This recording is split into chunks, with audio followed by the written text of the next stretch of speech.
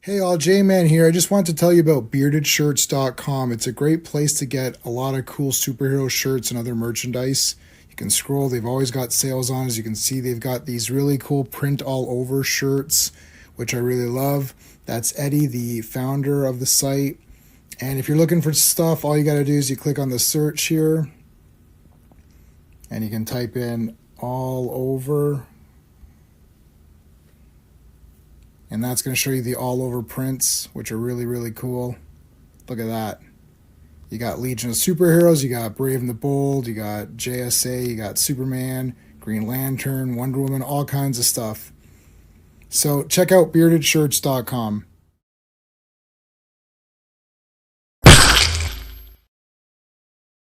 Hey guys, welcome to today's live stream. It's a special day and time. We don't usually do Saturdays, but we'll see how it goes. Hopefully some people show up to talk. We got a big panel to talk about James Gunn, future of DC. We got the big purchase. The big purchase happened this weekend. And by the big purchase, of course, I mean this awesome purchase of Bane that I just got. No, that's not the purchase we're talking about. It's, of course, the Netflix purchase of Warner Brothers. I think I'm more excited about my Bane purchase, though, to be honest with you. But anyways, we will talk about that as well. There's a poll. Guys, make sure you're voting on the poll. Tell me what you think. All right. So before we start, quick updates. Monday, of course, is Earth's Mightiest Mondays, where Sean and I talk about 4 issues of The Avengers. And it's going to be awesome this week. I think Classic Comics is joining us this week as well for Monday. So that's going to be awesome. The origin, well, the partial origins of Mantis, the real Mantis, not the fake one from the movie, and Vision, yes, with original Human Torch in there, Mad Thinker. This is a pretty awesome stream. That's on Monday. Tuesday night, Terror Vision, Silent Night, Deadly Night, the slasher movie that really got people pissed off. And this isn't the one with Garbage Day. That's part 2. So the one with Ricky is part 2. This is with Billy. But it's still a fun movie. We're going to talk about that on Tuesday. Wednesday, I might do a stream because the Supergirl trailer is going to be out. It didn't come out in time for this, which is unfortunate, but it will come out. So if all that works together, we might get Comics Asylum. We might do a co-stream together. Some of the people on this panel, if they want, maybe we can do something on Wednesday to talk about the trailer. So we'll see. That's not set in stone. Of course, Fridays are set in stone, and that's Fantastic Fridays, where we talk about 4 issues of Fantastic Four. 2 of these issues we already discussed on our Avengers stream, so we're going to look at them very briefly. So the big ones will be the giant size Fantastic Four issues, and giant size Fantastic Four issue 2 was a damn 10 out of 10 masterpiece of comics. So holy shit, that was awesome. All right, we got a big panel. We're going to start bringing them in. I want to say a quick shout out to our channel members. These are the super friends. So we thank them at the beginning of every live stream. So big thank you to Dan, Sean, Stephen, Brennan, Mark D, RR, Philip Story, Digger Jim, Quagnar, Just Joe, GT, and DJ. Thank you guys. Really appreciate it. One more initial, and that is CT Clobberin Times. Please put CT in the chat to honor our friend Clobbery, who passed away. He would definitely be here to chat with us about this, and he would definitely have a hell of a lot to say if he was still with us. So please put CT to remember him. Okay, let's bring it. Oh well, let's bring in the person who's always here. Hey, Sean. Hey, I see this is going to be very contentious. Is there gonna? Was there? Oh, there's already tons of comments. Okay, I don't know how this is going. I don't know. I mean, like, down here. Oh yeah, well that's fine.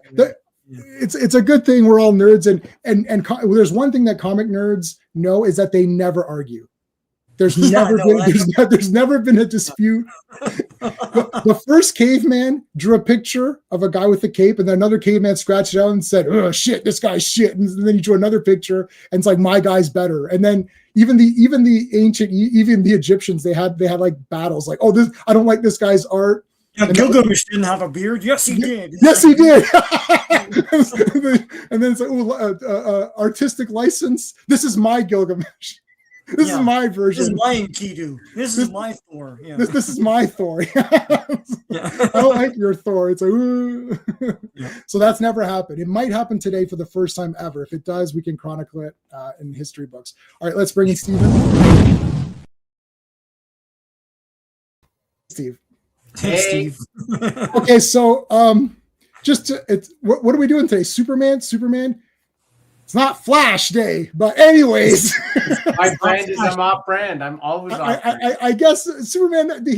Star Labs is DC, so at least it's not Marvel. It's as close to brand as I'm going to get. Yeah, that's okay. Well, that's fine. I'm the only one tonight wearing the real Superman, but everyone else. Well, no, Sean's got the real Superman. I got the real Superman. Okay, that's Wayne Boring, but, yeah.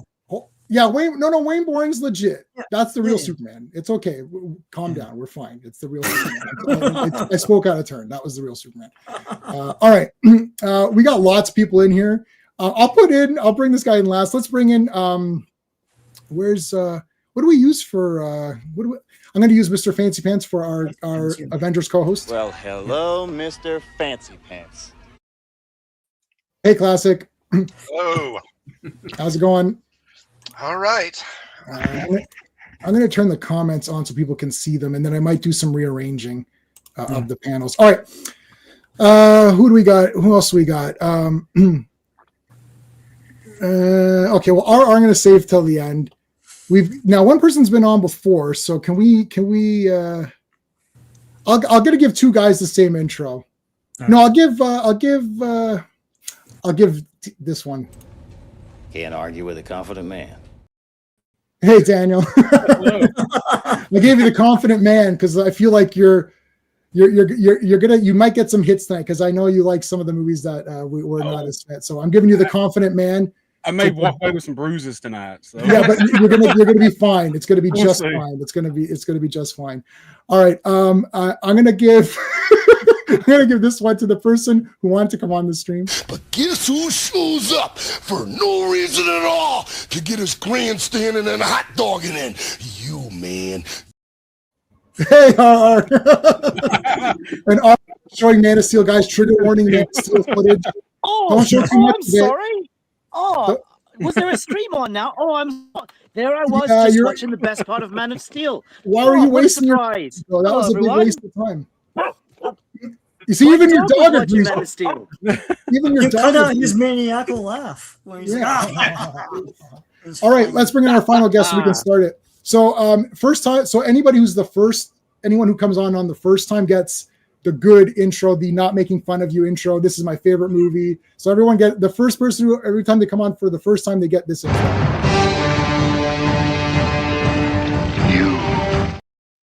Kryptonite Corner. They look just like me. That was wow, that's crazy. That's such a coincidence. That's exactly you know what? I'm getting Alan Quatermain vibes. What do you think about that? You've got the have you seen any of the Alan Quatermain movies? Well, no, but I get everything.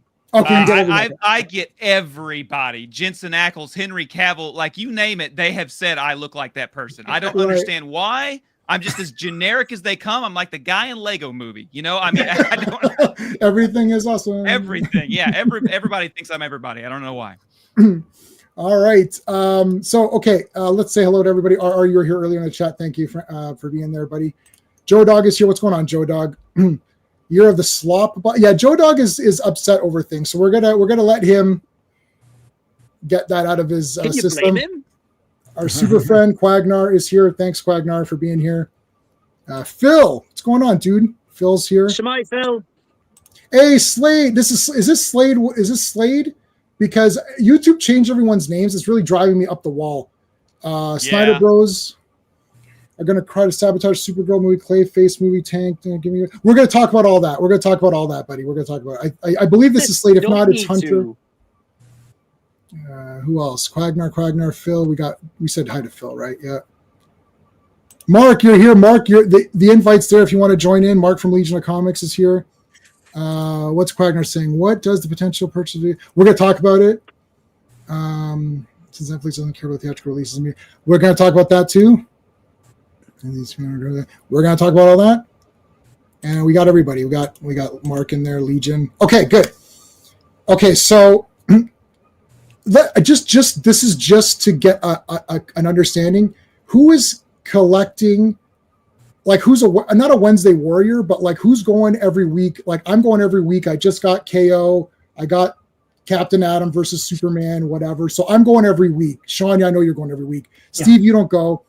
Have you stopped collecting comics, right? Like in the sense of going every week. Yeah, I'm not what you call a collector anymore. Not anymore. Okay, that's fine, fair. Daniel, do you go every week? Not every week. Only thing I'm collecting right now is Superman related. Superman Unlimited. That's the only Superman Unlimited. Yeah, I saw that. You That's the only one I'm getting right now for DC. Okay, so you're going semi-regular. Semi-regular, yeah. Mm-hmm. Okay, Classic Comics. I know you've stopped collecting, right? Pretty much as far as collecting stuff off the rack regularly. Yeah, like I got that History of the DCU. Yep. Series that they did, and I don't know when I'll be getting something new off the rack again. I don't know. All right. Hold on. We got someone just dropped in. 1 second. I'm going to give him. How about Neil Breen? I can't wait any longer. Hey, Mark. Good afternoon. I gave you the Neil Breen intro, which is fine. I can't wait any longer. Kryptonite or Corner. We're going to call you Corner. Corner, what did you, are you going every Wednesday or I don't know? I haven't had a subscription in a few years, and I usually go subscription because I live out in the country in the sticks, and I don't have anything right now, but I do go and get like graphic novels and stuff. Like I picked up Woman of Tomorrow recently, and a few others. Absolute Superman Volume 1, I read that, and so I'm kind of like this, right? Okay, yeah. All right. I know Mark goes every Wednesday. Mark and I probably have Woman of Tomorrow off the shelf when it came out in the floppies, which I hated. I read 3 issues and I stopped getting it. But Sean read it for me, and whatever Sean's opinion is on it, I just agree with that. I just told him what happens. I'll just go whatever Sean thinks. We're almost in sync on everything. But I'll say right now that DC is obliterating Marvel in comics to they're just obliterating them. Marvel, I know Mark likes a couple. He messaged me, likes a couple of the like I think Hulk, Ghost Rider, those kind of. No, I pull them. I don't always like them. Oh, okay, okay. So I'm just okay. Breaking the complete Hulk run, you know. All right, okay. Yeah. But I think DC Compact. Just as this is, I know it's like just me, one person. I was at Indigo today. Yep. I was at Indigo today. In front of my eyes, 2 people, young girl. Yep. Young girl doesn't look like she would be a comic book person, like at all. Went right over, Court of Owls Compact, whoosh, right off the shelf. I was like, what the heck? Again, not even 1 minute later, another guy came. This is white, red-haired girl. I'm just giving you this as the diversity. Asian, middle-aged guy, whoosh, walked over, DC Compact, Court of Owls, whoosh, right? I was like, guys, every time I go there, I go every week, that compact stuff is gone. Yeah, they're all sold out at my spot up here, always. That's the way, because it looks like manga. And for you guys, we're all Canadian up. The top row is Canadian. Is there any other Canadians?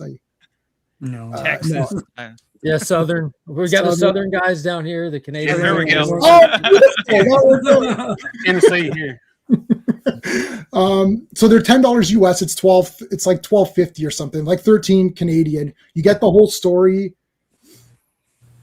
Marvel's answer is those other ones, which are slightly bigger and $18, like, or 15, I guess, US. Like, but that doesn't compete, dumbasses. Like, I don't understand what these guys are doing. So they're always in the top.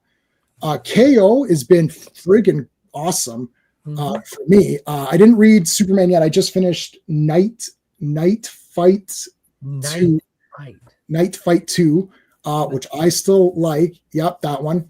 Cover A. I like that one. What else did I just read? I just read a bunch. Batman issue 4 is okay. Yeah. It's okay. It's a comic. It has art in it. Yeah, that's the one. Yeah, with Minotaur or whatever. So, I mean, it's okay, I suppose. Penguin's not going to be happy since all those guys got shot at the end. But anyway, okay. So I think DC Comics, they're like Absolute Batman, which I don't like, but it doesn't matter if I like it. It's doing well.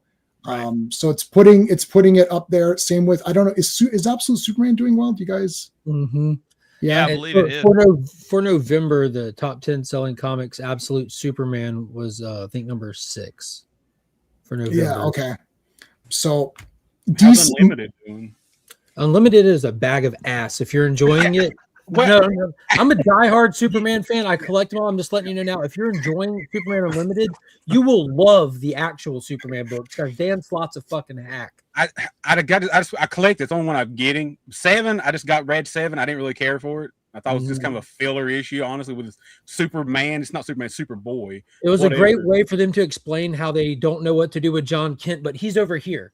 Yeah, he's in Smallville doing the Daily Planet thing. Yeah, we don't know what to do, so we invented a Daily Planet. He's going to be his dad. He doesn't want to be his dad, but he's doing it over there, away from the stories. And he saved Smallville from the Mole Men and all that. Cool little reference to George Reeves there, but that was neat. So it was only 15 minutes, and we had our first fan argument. That's the first nerd argument that's ever happened in the history of the universe. So that's interesting. Yeah, I'll probably drop it. You got some good stuff to look forward to because Superman proper is amazing. Action Comics, which is just an ongoing Superboy story is awesome. Is amazing. Yeah, the last Absolute is a blast.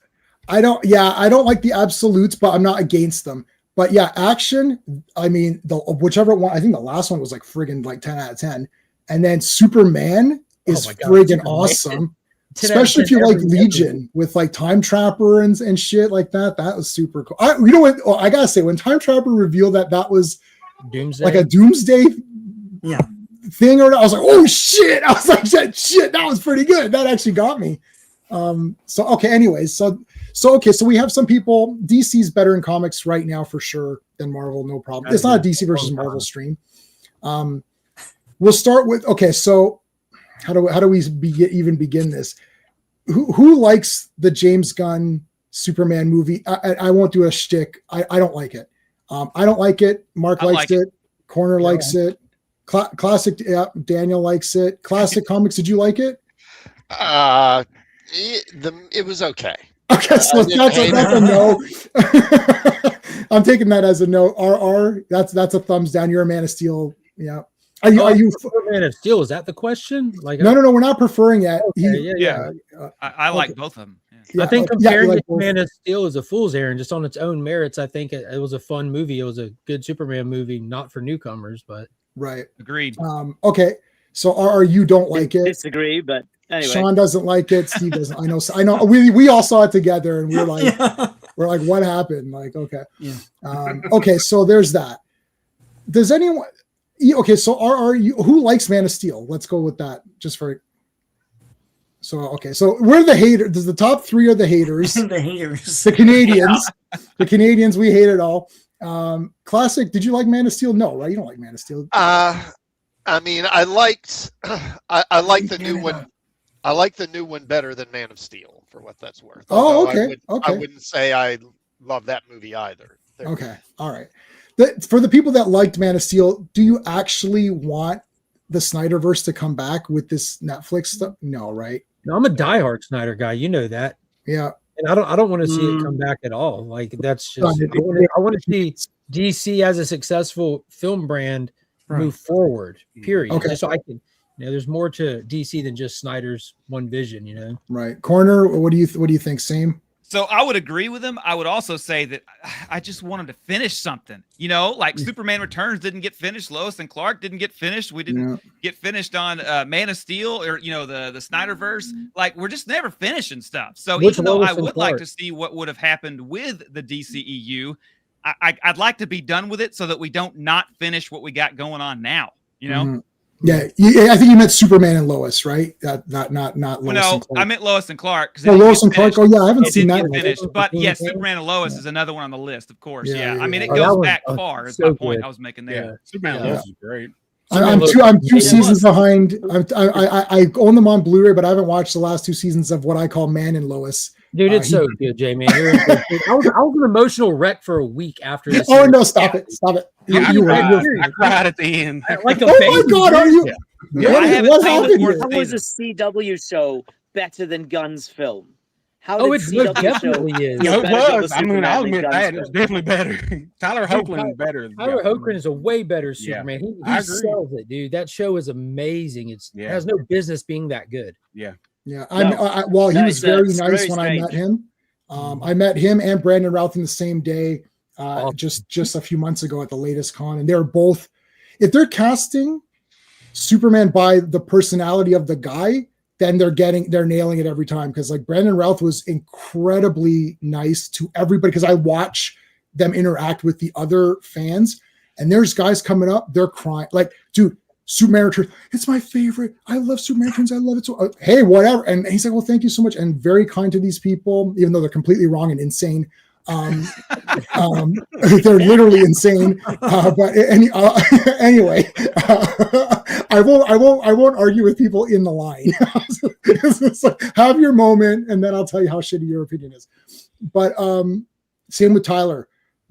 Tyler was like introduced himself to me. He's like, hi, I'm Tyler. I'm like, hi, I'm Jason. And we were talking. It was super relaxed. I got great photos with them. And I've seen, what's the girl, Steve will know her, or everybody knows. What's the Supergirl from Smallville? Laura Vandervoort. Laura Vandervoort. Got her autograph right back here somewhere. Yep. Now I didn't meet her, but I saw the interactions of the fans with her. Awesome. Like the photos, like there's actual the photo ops and there's the photos at the table, and she's like always on. Like she was very happy. I saw a few other people, which I won't mention, where you see that you're like, why am I paying for this right now? It's terrible. But I can share later the photos that I got. They're like Tyler's like, yeah, like it's like super, like it looks like you're friends. You know what I mean? Hello. Okay, so I didn't say hello to a few people. Gaines and Fierce, is that what it is? Hey, how's it going? Mr. Deadsuit, how's it going? Anyone finding Superman 2? No, you mean like James Gunn movie? No, I don't think it was woke or anything. Was there anything woke in it? I don't think so. Oh, okay. Or not obviously woke. Here's the deal with the wokeness. I think that like he, there wasn't like any wokeness with Superman, but because he went political with the war and made very, obvious comparisons, I think that's where a lot of people got on the whole woke train with it. Just out of curiosity, what was the obvious comparison for y'all? So, there's two wars going on. So which one was it? So, okay, I'm going to tell you what they say it is, and then I'm going to tell you how I feel. Okay. Who says they say it's Russia and Ukraine, and it also represents Israel and Gaza. Yeah. For me, it wasn't parallel enough to real life for me to see that in either one. So I felt no emotions about it whatsoever. Yeah, I know Gunn, one side was depicting him having sticks and stuff. Can we and use the other those side names, was Jay, without you getting demonetized? No, I won't. Gunn himself said it wasn't meant to be a direct comparison at all, but any kind of good media is going to reflect. He did say it was severely political. He said it was political. James, any kind of good media is going to reflect reality. It doesn't mean it's meant to be a direct compared to it. And thinking about when he set off to start this movie, one of those two wars wasn't. I don't know. Maybe I have no idea. But that baby is from comics, though. Yeah. But I tag Phil.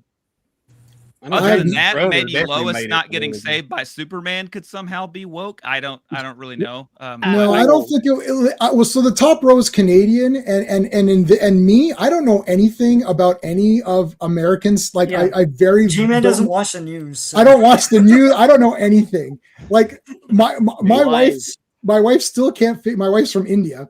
So she's Indian, so she still can't understand. She's like, oh, some left-wing person said this. I was like, I don't think that person's a left-wing person. I think that's a right-wing person. And she's like, what's the difference? I said, I literally don't know. We have like multiple political parties, and they're all various degrees of insane. So Mark out of pure rage left the street. I don't know what happened there. I think James Gunn's brother kind of went out of his way to try to make it political. If James didn't. Yeah, I don't. His brother kind of did a little bit. You mean the line he had at the end? Yeah, a little bit. Well, that in his interviews that he would actually do when they'd ask him questions about it. It's basically, what did he say? It was something about Superman. It is about immigration. Get over it, or something like that. I forgot. What I actually hadn't heard any of his interviews, so that's interesting. You say it was brief. I might be wrong. I didn't hear any something either. like that. I believe. Yeah. Yeah. beyond it being political or whatever, it's just badly executed and awkward. Like they're fighting in a sandlot. You know, the one president is cartoonishly stupid. It's like it doesn't work. I liked that in the movie. Yeah, I like this donut love. You love The donuts. movie looks surprisingly cheap. Yeah, Cheaply very made. cheap. I don't didn't know feel where that the- way at all. I did not. I still don't understand the cheap comments because when I watched Man of Steel, I remember coming out of Man of Steel in 2013 thinking, man, I kind of thought that was going to look better than that. I thought it didn't look that great. And when I came out of James Gunn's movie, I didn't think anything looked massively spectacular, but I thought it looked a lot better than Man of Steel. And I love both of those movies. I say love. I really like both of those movies. I don't pay it to, my thing is characters. You can explain if you ever see a J-Man post, you're like, is this guy lost his mind? What is he talking about? Because characters are my number one favorite thing. When I see Christopher Reeve, I'm like, that's the real Superman. He looks like the comic character come to life. It's not the movie version or the Superman costume in this vision. It's the actual from the comics that looks like the real guy walking around. And he's kind. He helps people. He doesn't really fight anyone in part one. So he didn't really even beat the crap out of villains, right? He just did saving, and it was more like outthinking guys or like, mass, like mass explosions and stuff and trying to stop the world and putting the crust together and all that. So, but it was the real Superman. And then to me, I see him as the real Superman. So even as the movies got, cheesier or whatever, to me, it's the real Superman. That's my thing with Linda Carter. I watched and it's like, she's Wonder Woman. So I don't care. Like, and I can acknowledge that Superman, 4 has a lot of issues with it, but I love watching it because to me, it's the real Superman walking around, flying, doing stuff. When I saw Superman Returns, I was like, I don't like that. He's not Superman. I don't care. Like, and you can come up with 500 points why Superman Returns has good points or bad, but I don't care. It's not Superman to me. My thing with this movie is that when the Justice Gang shows up to fight the monster, Superman should be like, Justice Gang, thank God. Okay, good thing you're here. I need some help containing this thing. It's going crazy. Mr. Terrific, why don't you do this? Green Lantern, go, make some handcuffs or something. Like Hawkgirl, can your mace penetrate the skin? Like they have zero respect for the character. They mock him and laugh at him. He's like, well, I don't want to kill this monster. And Mr. Terrific literally is like, pfft. It's like, why are they being dicks to him? I don't like, and I don't care what story in the movie exists to explain that. Like, it's like, well, but in this version, he's new and all. No. You wrote this. I wouldn't have written it that way. I would have written it that he is awesome and people respect him. It's like the heroes show up and mock him, and then they kill the monster, thus proving that you should have killed it. In a normal movie, he would have said, don't kill the monster. And wouldn't he have stopped them from killing it? Also, Mr. Terrific doesn't kill people, but whatever. That's almost, and Hawkgirl murders that guy in cold blood. She flies and drops him. That's weird. But anyway, with the monster in the movie, what should have happened was they don't kill it. And he puts it on the moon or I don't know, figure something out. And then later they need its help or they need it. And then it's like, you see, had you killed that monster, we couldn't use his help now. Oh, now I understand why we shouldn't kill people. Remember in Terminator 2? I understand now why you cry. Like, Superman is never proven to be the be all and end all of authority and it's like, well, he needs help. He's new. It's only a few years. I don't care. I don't care if the story is saying it's 3 years. Then you should have said it 10 years into he should have been around for 5 years. This is the same excuse for Batman, that 3-4 hour thing where it's like, oh, it's only his year 2. Well, I don't want to see year 2 dumbass Batman who knocks on doors, who I want to see the real Batman. That's my problem. So because I don't buy that he's Superman, the rest of the movie's done. Even if you can say it's pretty good, yeah, I'll let you respond. It's pretty good. That's fine. I don't hate the movie. I bought it. I'll definitely watch it. I rewatched Man of Steel. I rewatched it for this stream in 4K. Everybody, leave me alone. No iPads, no phone, no messaging people. Shut it down. Because I saw Man of Steel in the theater. I thought it was the greatest thing. I was like, yeah, this is awesome. Yeah. I was friggin' arguing with Sean. Sean's like, I don't think it was that good. I'm like, Sean, you're an idiot. I'm like, you don't know anything. I bought it on Blu-ray. I was like, oh, this is really long. And there's a lot of dumb shit in this movie. What happened? And I was like, and then I hate when Sean's right over me because that really pisses me off. If Steve is right over me, it's much better. But Sean being right just irritates me. I was like, Sean, I think maybe you're right on this one. What happened? And he's like, you see, I told you. But I was so blinded by the absolute amount of fucking destruction. I'm like, Superman murders everybody. It's awesome. But he doesn't murder everybody. Wrong. Relax. I rewatched it. This time I rewatched it. I'm much more favorable to it now. And he doesn't murder a lot of people. And a lot of the damage is caused by other people. Sean needs to rewatch it. It's not murder, it's self-defense. No murders. I haven't come around fully, but I'm not calling it Man of Steel. So tell that to the people at 7-Eleven in No, okay, we watched that scene together, Sean. No one was in there. Except that one part. Everyone was in that, and they all blew up together. No, but anyway. Superman didn't do that. He got thrown in through. Okay, wait. No, he flew with General Zod into the 7-Eleven and blew it up. That totally happened. Sean's right. He did, but we don't know if anyone was in there. Yeah, so he everyone was in there. Yeah. Hold on a second. I don't think so. 7-Eleven is always full. Is that the second nerd argument? The second nerd argument of all time's broken out. So wait, Corner. I want to let Corner. Hold on, let Corner respond to my Superman 2025 disappointment. Go. So it's your kaiju scene story that I really like hearing your side of it, because the kaiju scene for me is where I was sitting in the theaters and I went, okay, I'm liking this movie. That's where I started getting on board. And the reason is, I think it's because I'm, as you can tell, I'm mainly a Superman guy. That's really all I care about. I like other heroes, but I'm not like into them nearly as much as Superman. So how Terrific acted, how Guy Gardner acted, which actually Guy Gardner wasn't too bad, but how these people were didn't bother me. What I liked about that scene was I felt like finally we had seen again on the big screen the character undoubtedly of Superman, that he just loves life and he wants it to prosper and he doesn't want to kill. And I was like, everything that's happening in this scene, even the stupid squirrel part, it's showing you. And for a fact, this guy is going to take care of people. And I felt like I didn't get that out of Man of Steel as much. So whenever I was watching that movie and I saw that scene, that's where I started getting kind of into the movie. Before that, I felt like I had seen everything in the, trailers already. And that's the point when I started going, oh, this is getting good. That's just me though. Yeah. So again, I'm not doubting maybe Superman's character, but I'm doubting the way in which they're presenting him him contrast to the other heroes. Like when the scene is over, most people will be like, oh yeah, Superman was being an idiot there. Like, right, versus like, oh no, the Justice Gang were being idiots, because they're never proven wrong. Like they're never beat up. Superman doesn't save Mr. Terrific's like there should be some back and forth in this Superman movie. This movie is Sean said this, or maybe somebody else had said this. This is like a like a DC Universe movie. It's a DC Universe movie. Yeah, Sean, I think Metropolis. It's like a DC Universe movie. And Superman is one of the characters, but he's not the character. He's just one of many other characters that are involved in stuff.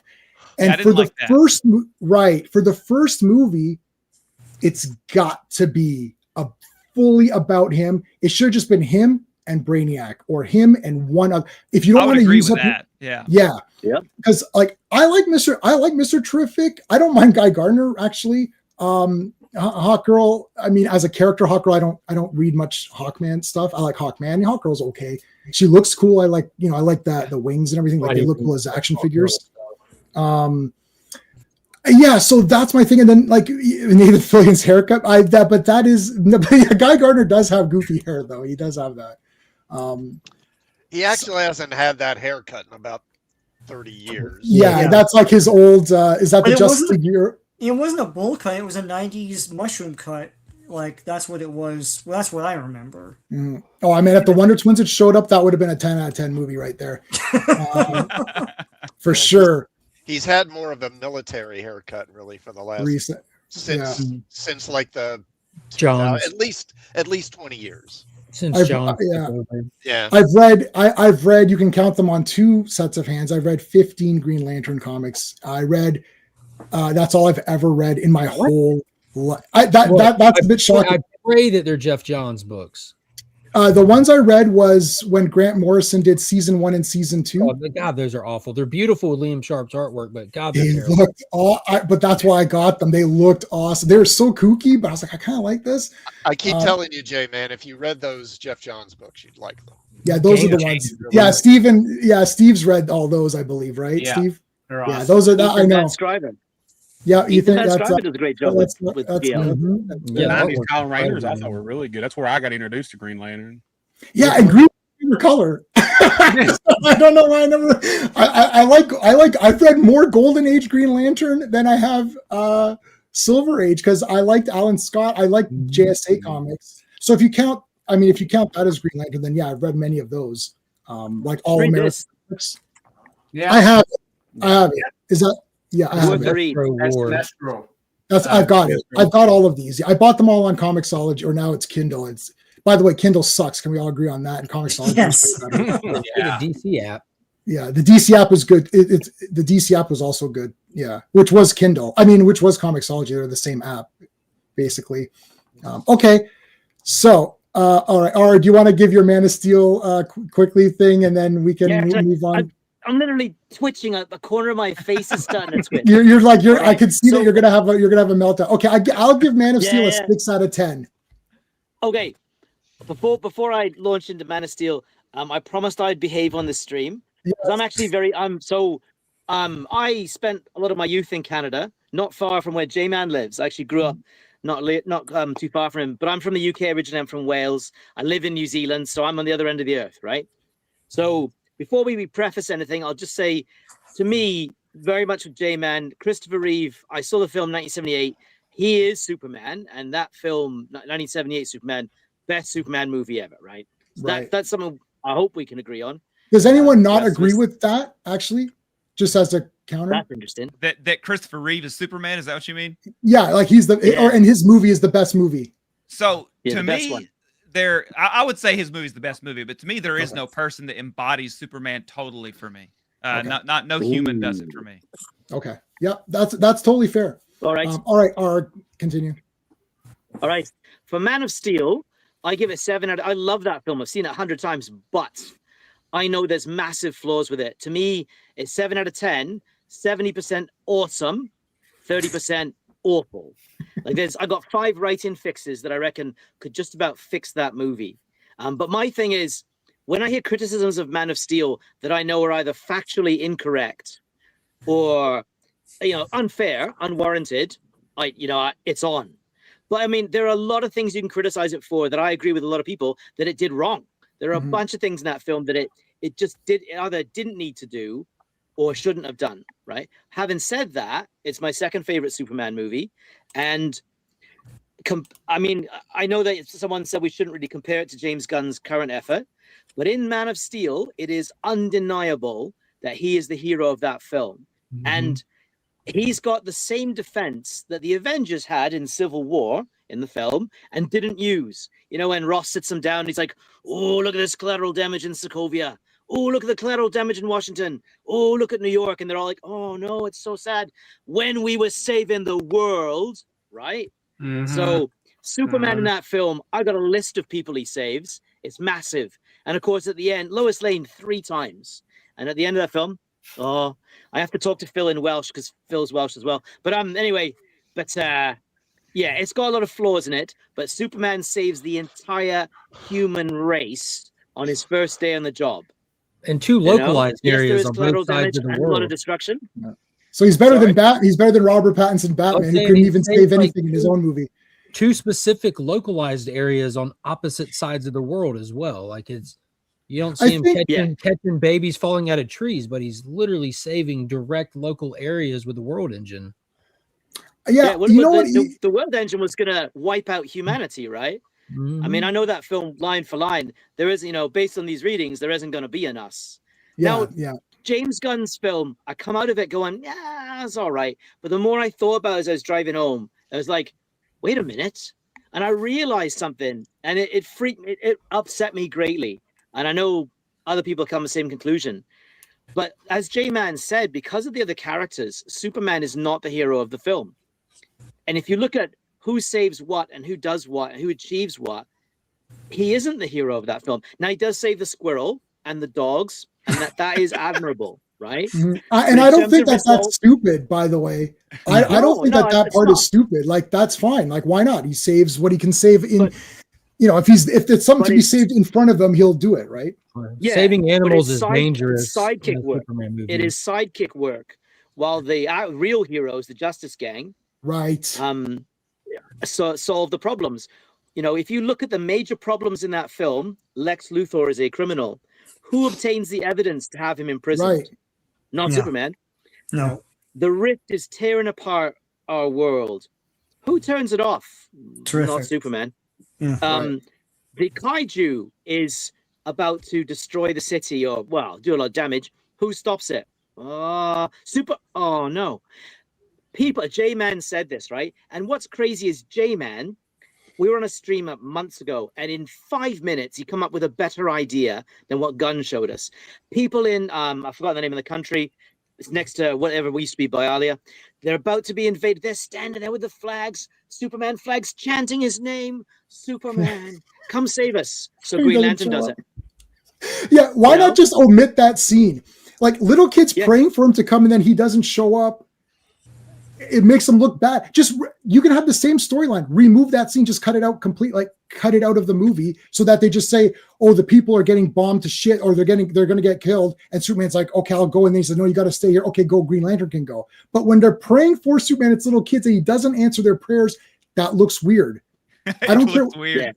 It's weird, isn't it? Just remove the scene. Like, actually just cut that scene of the kids praying out. And then the rest of it plays out fine because he couldn't go. They need help. So Green Lantern goes. That's fine. I don't mind Green Lantern getting some parts to shine. But when Superman's shining, like, and Lex Luthor can issue verbal commands to people on keyboards who are watching a fight through orbs, and they can react faster than Superman can react.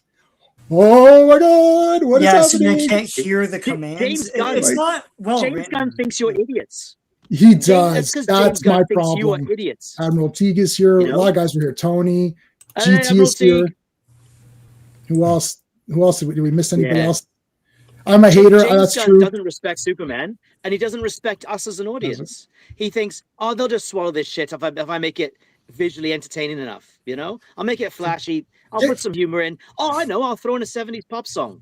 Right. Like, it's so effing lazy that the scene where Terrific takes on the Luthor's goons on the beach is almost beat for beat Yondu's scene from Guardians 2.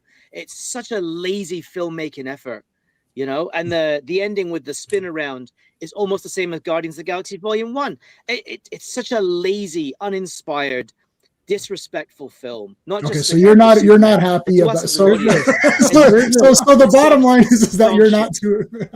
There's a huge behind the Moving on, scenes someone else go or I'll get mad. Let Mark go. There's a huge behind the scene component that goes to this, but I do want to go back because you said when you hear someone say something factually inaccurate about Man of Steel, it's game on. Well, you and J-Man agreed to something factually inaccurate a minute ago when you said that they blew up the gas station flying through it in Man of Steel. They did not. They did not blow up the gas station. They punched a hole through it and they hit a pump and the pump caught fire. The gas station's still standing with a hole through it. So I just want to put that out there. So hold on. It caught fire and didn't blow up? Because the gas station didn't blow up. The pumps are separate in America, and that's where Kansas is. In America, we don't put the pumps inside the gas station. You got the building and then the gas station out in the parking lot. They go through the gas station and they hit one of, I think there's 4 pumps there. They hit the pump on the end, and that pump on the end catches fire in a little explosion, and Zod stands up with it burning behind him. And you can still see the gas station behind the fire still standing on fire. Someone got killed in it. This is the Godzilla technique, and I'm very well aware that someone could have gotten splattered, like the boys. But the gas station did not blow up. Is my point. I think okay. So they're dead. They're all dead. That didn't blow up. My thing is that it's irresponsible too, and I know the argument is that he's just starting out and stuff. Yeah. But he's starting out in the Christopher Reeve movie as well, and he's not an idiot. So right. The Christopher Reeve one, they do a good job of explaining how the time span that he took training in the fortress. We see him go in as an older teen, and we see him fly out as a god. We don't have to get into how amazing and perfect that movie is. But back to James Gunn's movie, and the kind of like the formatting is something that you can see this across other movies where it's attributed to TikTok brain, and you can see it. It's clear as day if you watch enough movies. These movies are afraid to take risk with because they've lost the general audience since COVID, and it's just a fact. They don't have a theater audience unless they can do stuff for short-term attention people. And you can almost take the Superman movie and say, all right, I want the kaiju scene, I want the Mr. Terrific scene, give me the crypto scene, and now let's put these together somehow, some functioning way. Let's put these together. And it really plays like that. That's why it's so easy to think of the Mr. Terrific scene or the Guy Gardner just popping up the middle fingers, because it works well when they recut it later for social media to make all their physical media back in sales that they don't get anymore, that they get by pumping social media.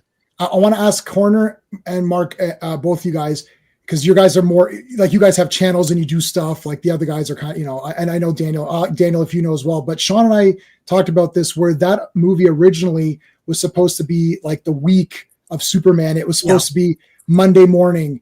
Here's what happens. And that's why everything starts in the day and ends at night. And then there's a fade, and you can still kind of see it in the movie. Supposed to be a card. And there's actually shots where someone's reading a newspaper. So you see, oh, today's Friday or whatever.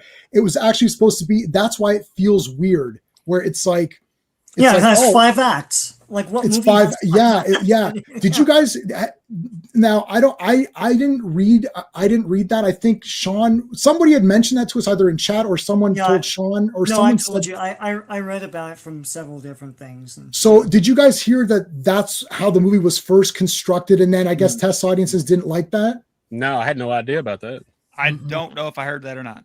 When you watch it again, because we sat in the theater, I was like, oh shit, yeah. You can as soon as, now that I've told you that, you'll be like, oh my God. It'll make more sense that way, because you'll be like, oh yeah, it fades. You're like, oh, now it's the next day. Oh yeah, shit. And you could, the way it's structured, it's exactly that. And I thought, okay. And I actually turned to Sean and I was like, oh my God, you're right. It was supposed, and we even pointed out like, oh look, that okay, that's Wednesday. Now we're into Wednesday. I could tell or whatever. I don't know what day it started. If it was like Sunday or whatever. The newspaper thing is Thursday. Yeah. The newspaper, they showed the newspaper, like, oh my God, that's Thursday morning or something. So I think I've got 2 things on that. If you don't mind me saying real quick. Tuesday. Yeah. So one is on that. People praise the pacing of the new Superman movie. I didn't think the pacing was fantastic. I thought it got kind of dull at times, and it came back up really high. So that makes sense to me. And I'll also say, now, some of you might have to correct me, because I feel like I remember when Man of Steel came out. This could just be theory, but I thought I remembered that the whole flashback stuff with Man of Steel, Nolan actually wanted the beginning and then going to older, and it was Snyder, I think, that made it the flashback way. Did any of y'all remember that? Is that correct? I don't remember that. I don't remember that. I think that's the storytelling too, though. Did anyone rewatch the Albert Pion Captain America director's cut from the 90s where they just found the work print? They Man of Steel'd it. So have you guys seen the Captain America 90s one? With Italian Red Skull, who's good at Italian Red Skull. All that. Long time ago. You can find it. And they found a work print where it was actually cut up.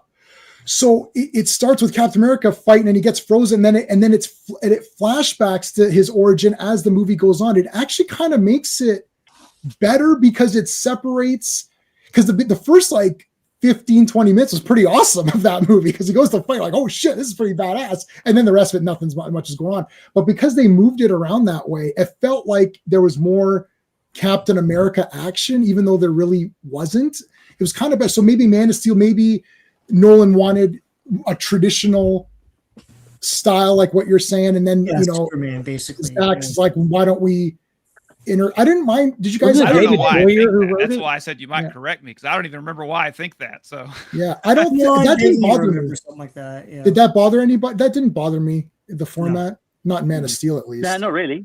Yeah, it bothered people I knew, but it never bothered me. Yeah. Shall we address the elephant in the room with Man of Steel then about the flashbacks? Then, and I'll admit it, that Pa Kent, sucks. Especially Pa Kent's death, completely wrong. Yeah, it's absolutely stupid. I actually talked to John Schneider about Pa Kent's death. I mean, but Pa Kent in that movie. Yes. John Schneider was not happy with Pa Kent in that movie at all. He wasn't happy with Kevin Costner's portrayal of Pa Kent, to be honest. Not just the dying part, but I talked to him in person, and he said the part where he told him to just let the kids die on the bus. He was like, I would have refused the line. He said, that was so stupid. He said, I wouldn't have said the line. That's my main problem with Man of Steel. Steel. Let him die, or I can give did he say to let him die, or did he say But I that's don't what know? John- Did he that's say what I John don't know? Schneider Maybe said. forcing Clark to think about the situation for himself. Yeah, You're correct, but that's what the way John Schneider phrased it. So he said, "You're correct. That he didn't tell him to let him die, but the way John Schneider said to me, he said, "Yeah, Clark, just let those kids die." He said, "I would have refused that line." Obviously he had mulled on this a lot and was very unhappy about it, and so that's what he told me. Yeah, it's not that is not as bad as it's being made out to be, because when he says the line, he almost looks away. He looks, so he's talking to the boy, like Boy Clark or whatever, and he's like, he goes, "Well, should have let them die." He's like, "I don't know," and he kind of like, no, he says maybe, maybe, like, but like not in a. He's not trying to say it like, you should have let them die. He's like, I don't know, maybe. Like it's like he wants to say maybe because Clark trapped him into saying maybe, but he knows that's not the right thing to say. Exactly. So he kind of doesn't. I don't think it's. But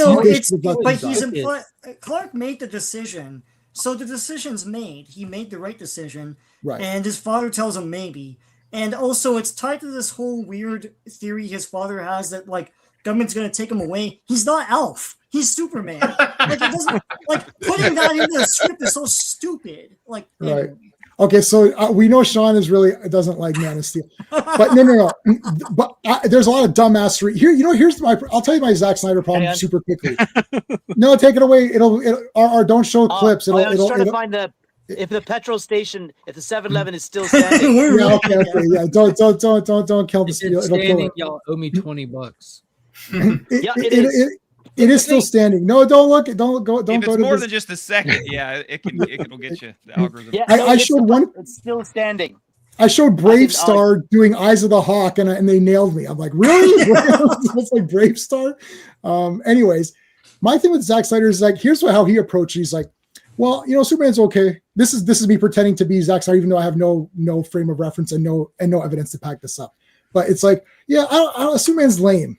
Okay, here, I don't like the trunks. They're dumb. I'll just take them away. I'm going to dispute that. Well, hold on. I don't like the trunks. I'm going to take them away. Otherwise, why not have them? I don't like the trunks. It's stupid. They're gone. I don't like that Lois Lane can't figure out that he's Superman. So they'll just meet when he's already Clark and Sherry knows his identity. So that gets rid of that dumbassery problem. Wouldn't people want to take him away? Yeah, his parents would be scared. So we'll make his dad like super paranoid and dumb. It's like, yeah, okay. Like, it's just everything that's bad about that movies because Zack Snyder doesn't like that aspect of Superman. Like, you've ruined the whole relationship of Lois and Clark getting to know each other, being friends. She loves Superman. And then you have to answer the question of, well, how can she not tell that it's Superman? Well, because it's comics. It's like glasses. You don't James know. Gunn did the same thing though. Whatever he didn't like, he just messed with it. That's why I don't like that. That's why I don't like that either. Here's my problem with all three movies, and this is something we don't talk about, but I don't like them because they're from a layman's perspective and they don't celebrate the world of Superman. They don't incorporate a lot from the comics. Why is Superman fighting Lex Luthor in Superman Returns? Why not take that opportunity to introduce a new character from the comics and popularize it? Like Brainiac, like Mongol, like whoever. Parasite, why is Superman Metallo. fighting General Zod in Man of Steel? General Zod? Simply because he was in Superman 2? It's ridiculous. Why not someone from the comics? Expand the world. Batman doesn't have this problem because of the 66 series. That series was a huge boon to Batman and also comic book media in general because all of a sudden you have the world of Batman. You have Penguin, Joker, Riddler, and they're all popularized. And Superman hasn't had that moment yet. And every time they have an opportunity, they don't take it. Like this new movie, on he TV fights Lex series they Luthor do. again. Not in films, but TV series, films, different thing. The Batman movies are bigger. That Batman show, besides being a 10 out of 10 masterpiece, and Adam West is the best. Besides that, without that, like everyone says, oh, Batman's Rogues Gallery are the best. That's only because of the Adam West show, because it made them popular.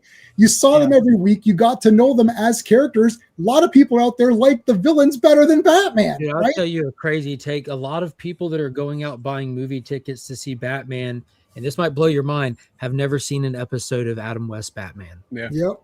The vast majority. I would give 90% of the people that buy a ticket to see any of the Zack Snyder stuff, probably 90% never seen an Adam West Batman movie.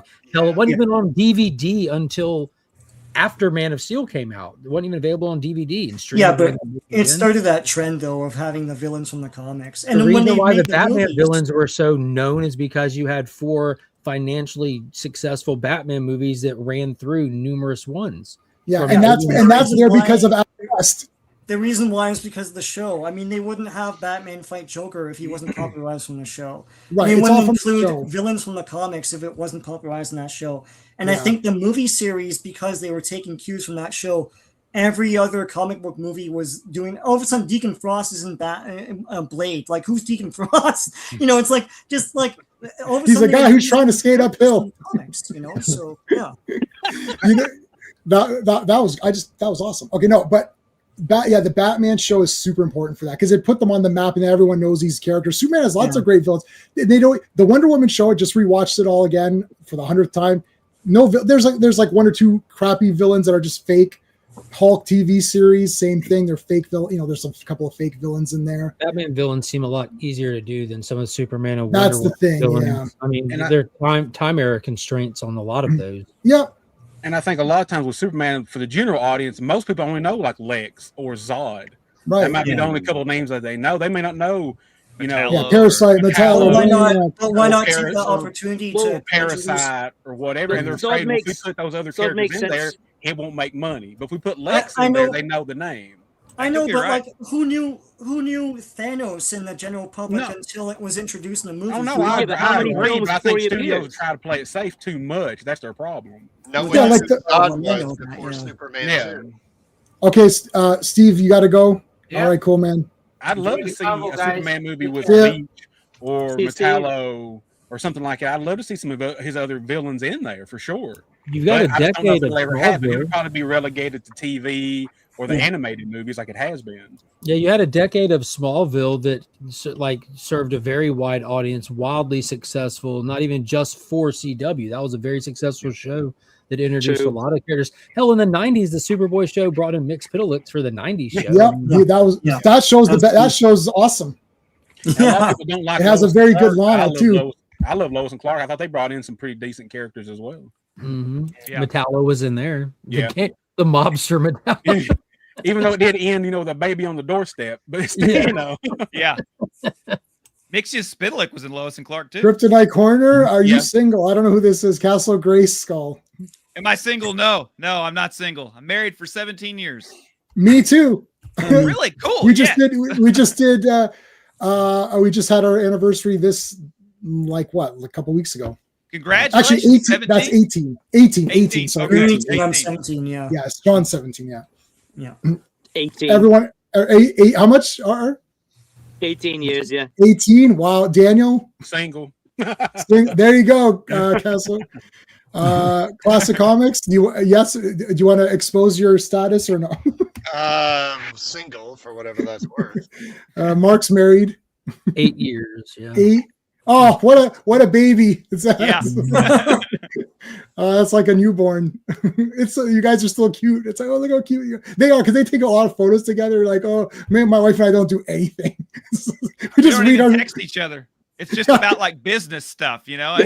Like, did you forgot to get bread? Oh, god damn it. Yeah, exactly. Yeah. Hey, I'll give Gunn credit for trying to introduce Bizarro. Yeah. I'll give him credit for that. Yeah, that was done in a way that I can't figure out how I feel about it yet. That makes sense. Well, we'll see where he goes with it, and then I'll make a decision, if that makes sense.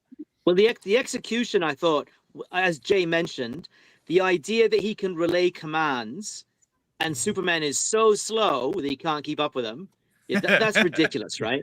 I know, Yes. but what Gunn was going for is the humorous aspect of that to overwhelm the sensible part of our brains. But anyway, right? So introducing Bizarro, I thought was Ultraman as Bizarro was a good idea. I'm sure everyone here saw it coming a mile away. Yeah, everyone But, knew that. Yeah. That's Yeah. what I'd ultimately say why the I was CW disappointed. show, Right. Superman and Lois, did a brilliant job with Bizarro. I thought. Oh, he Bizarro was looked fantastic pretty in that show. good. They did a great job with all their villains because cool. what that Yeah. show did, unlike anything else, and I'm surprised that people weren't complaining about it. They took exactly what we knew and were familiar with in the comics, Yeah. and they intentionally repackaged it, changed it, and put it in a way we've never seen it before, and we loved every second of it. Yeah. Yeah, They made There's a Bizarro way- totally worked. Doomsday. Like nothing about it was comic accurate. They're like, we're going to take what you love and we're going to surprise you with it.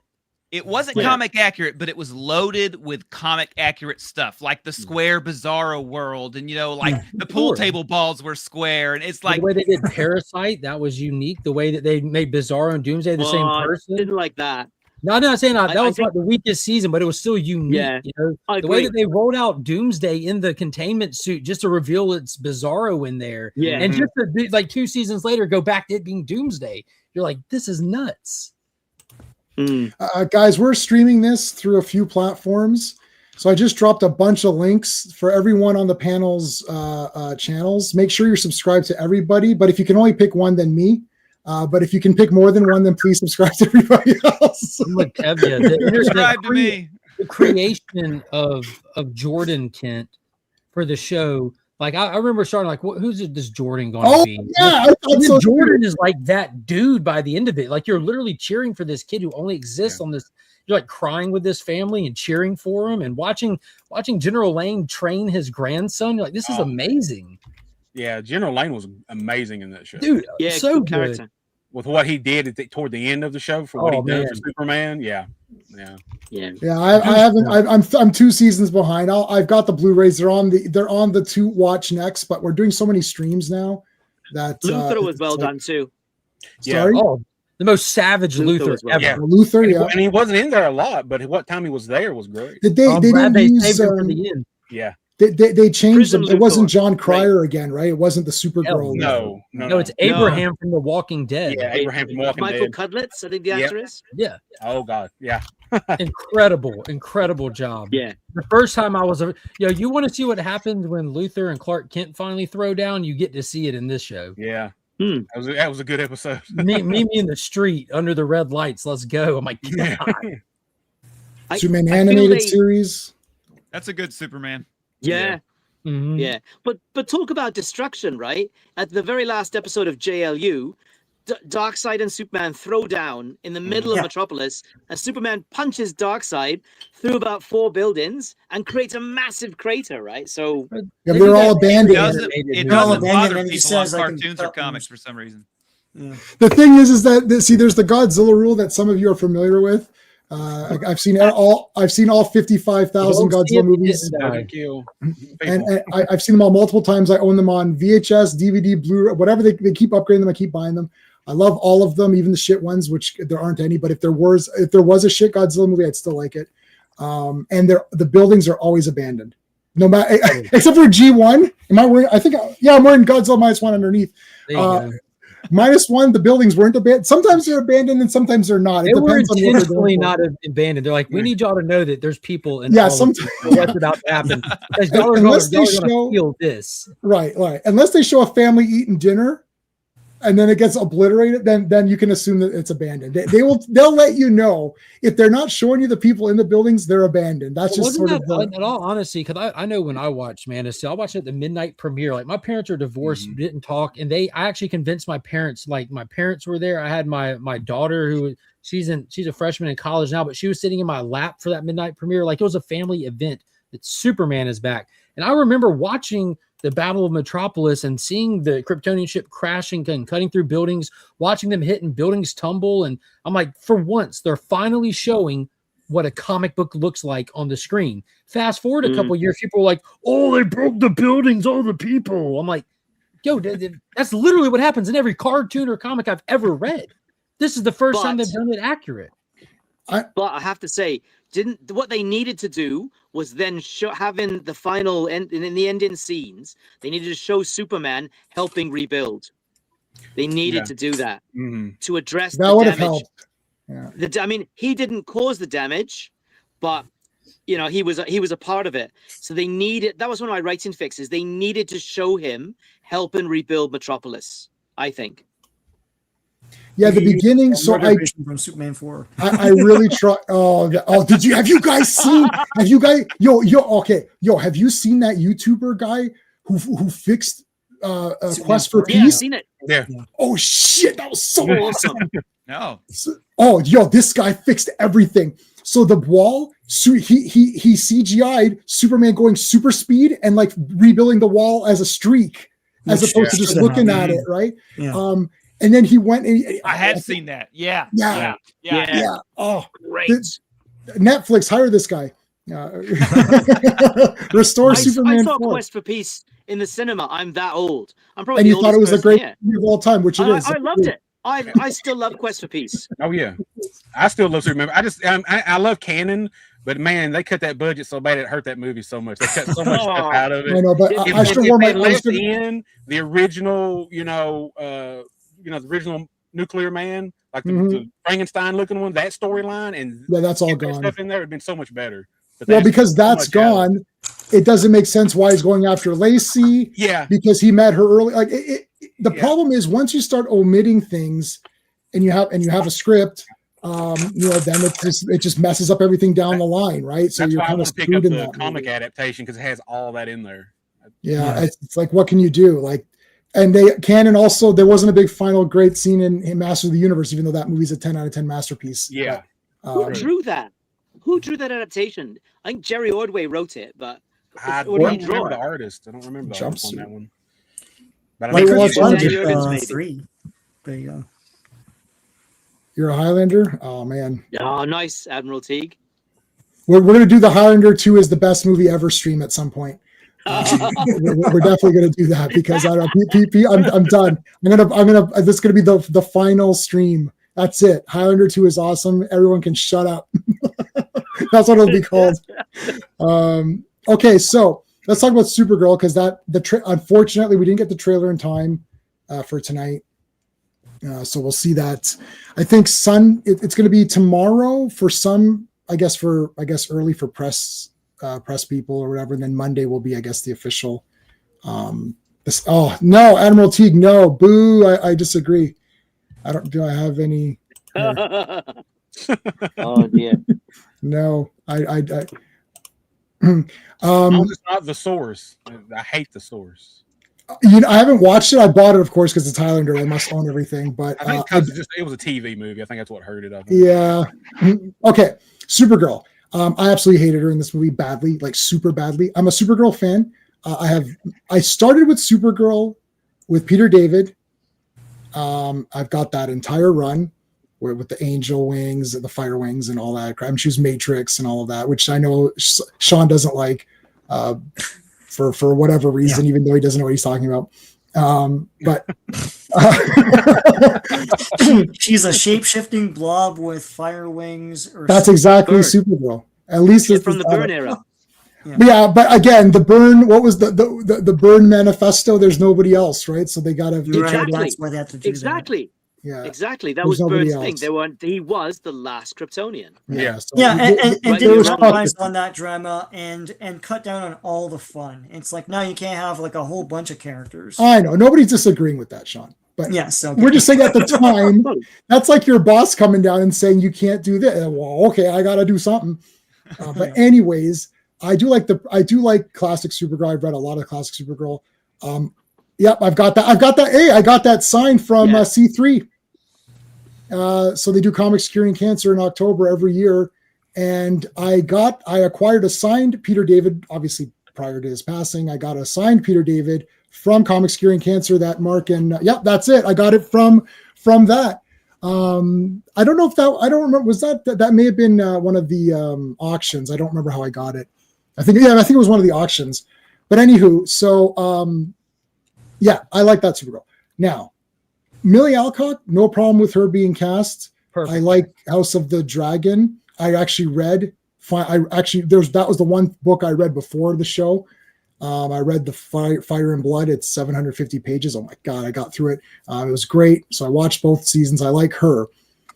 But I did not like her in this movie. Now, when I saw Woman of Tomorrow, I thought, oh dear God. I read 3 issues of that, the floppies. I know, put it. Oh, Mark. Oh, no, you're killing me. And then Corner's going to pull it out too. Boom. Oh, it's terrible. I read about 3 issues of it, and I thought, why am I giving money for this? Like this is boring and crap. So then I never read it again. I put it away, and I said, I'll forget about this. And then Sean read it, and then told me the ending, and then I went back and read the last few pages while she stands by and lets that person get killed. You're like, oh, okay. I guess that's a thing. That's not what happened in that book.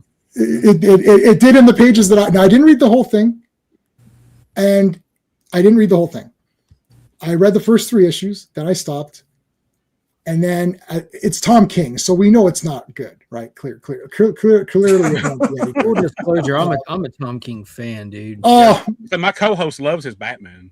Dude, yeah. I'm a Tom King fan. I might be able to get you a discount on some prescriptions to help with that. Let me see. I'm in Canada. I'm one of the few people in my generation that doesn't require therapy or medication.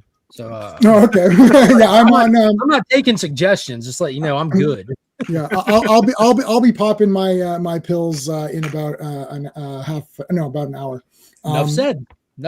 Yeah, I've got. Yeah, but you know my issues. I had you got to quit having heart attacks in the middle of movies. Yes. Yeah. So you got to stop watching bad movies, especially yeah. that So movie. I had a heart attack. I had a heart attack in the theater watching Craven. It was Craven. Yeah. And I was like, you know, this is a better movie review than that. Yeah. That is brutal. It's not a joke. I went home. I was like, man, I was like, I gotta leave this movie. I'm really not feeling good. And it's like, and I also had 3 fractures in my back, and I had internal bleeding. So I had to get burning and stitches down my throat. I had to get, I got a stent. They went through my arm. I was awake during the heart attack, during the operation. They just put a tube through your arm. It goes all the way in, puts a stent in. The second you get that, it's like you're 100%. It's like a refill, like you're playing a video game, you got to refill health. I was like, wow, I'm totally good. I'm like, what the hell? That's They're like, crazy. yeah, it's crazy. It was 5 minutes. 5 minutes. The surgery was 5 minutes. They immediately did. I was like, wow. I'm like, can I go back home? and address the Supergirl thing that you said? Supergirl. Yeah, I hate her. Okay, so let me give you my thing. I just want to address this real quick because Supergirl doesn't stand by and let the. All right, I'm going to call her Ruthie because Tom King said I want to do True Grit superhero style. That's all this is.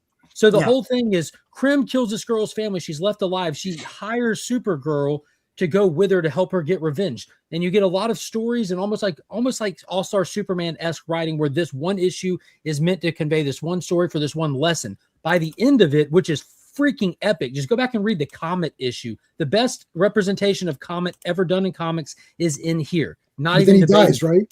He dies. Dude, he goes like supernova though, dude. It is amazing. At the end of the book, what she does is she basically puts the sword in Ruthie's hands and trusts the process of her having a proper agency of growing up at this point. Krim, the guy that you said she kills, dies an old man toiling the soil of the family that she slayed. Keep going. Well, but he doesn't die of his old age. She shanks him.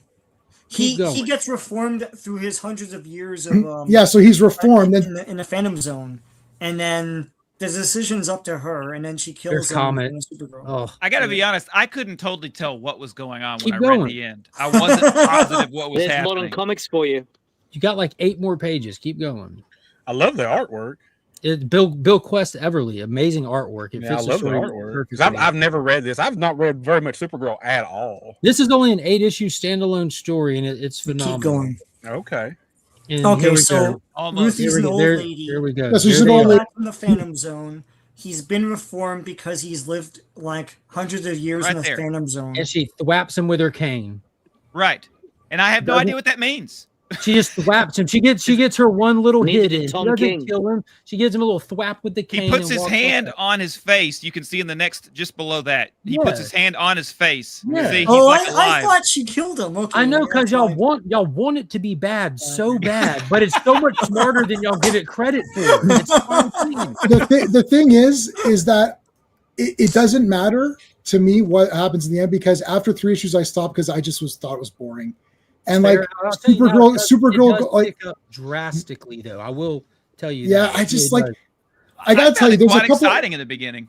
I you know what? I got shooting crypto and Supergirl going ape shit. Like that's how it started. My thing is, there's checkout moments. Let me tell you the checkout moments.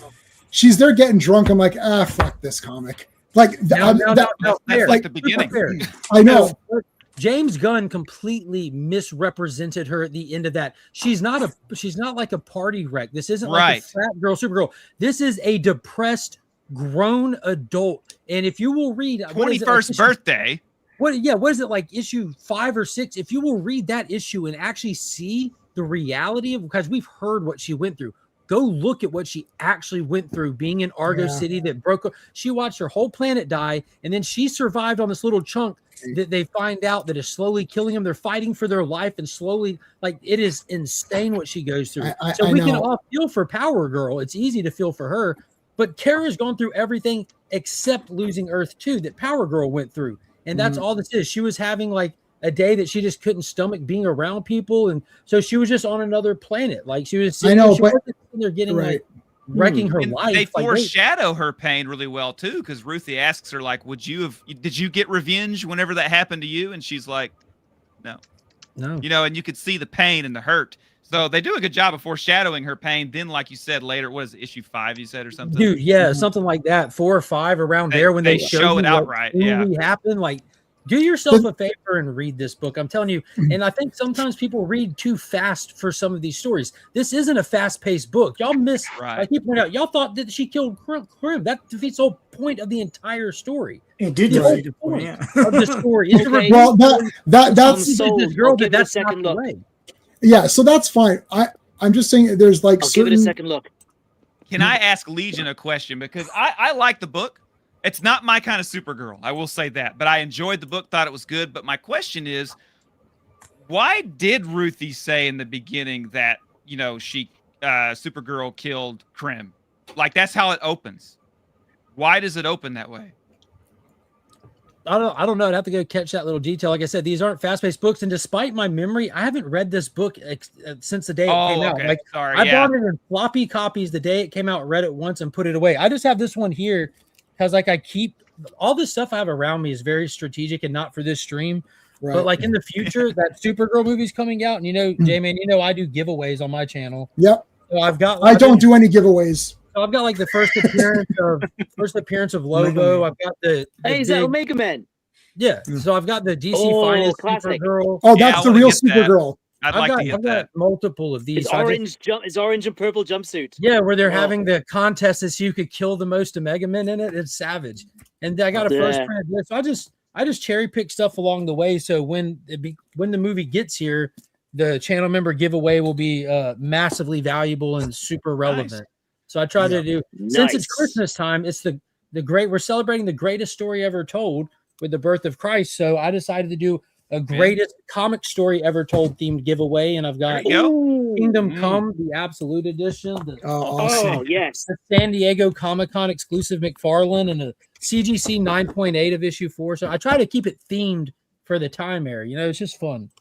So Mark, you love that comic story, and they're doing a kind of version of it. It doesn't sound completely accurate. I don't think Ruthie's in it. Lobo's in it for no reason. Krem is the villain, I think. Lobo's in the original script. Lobo's in the original script.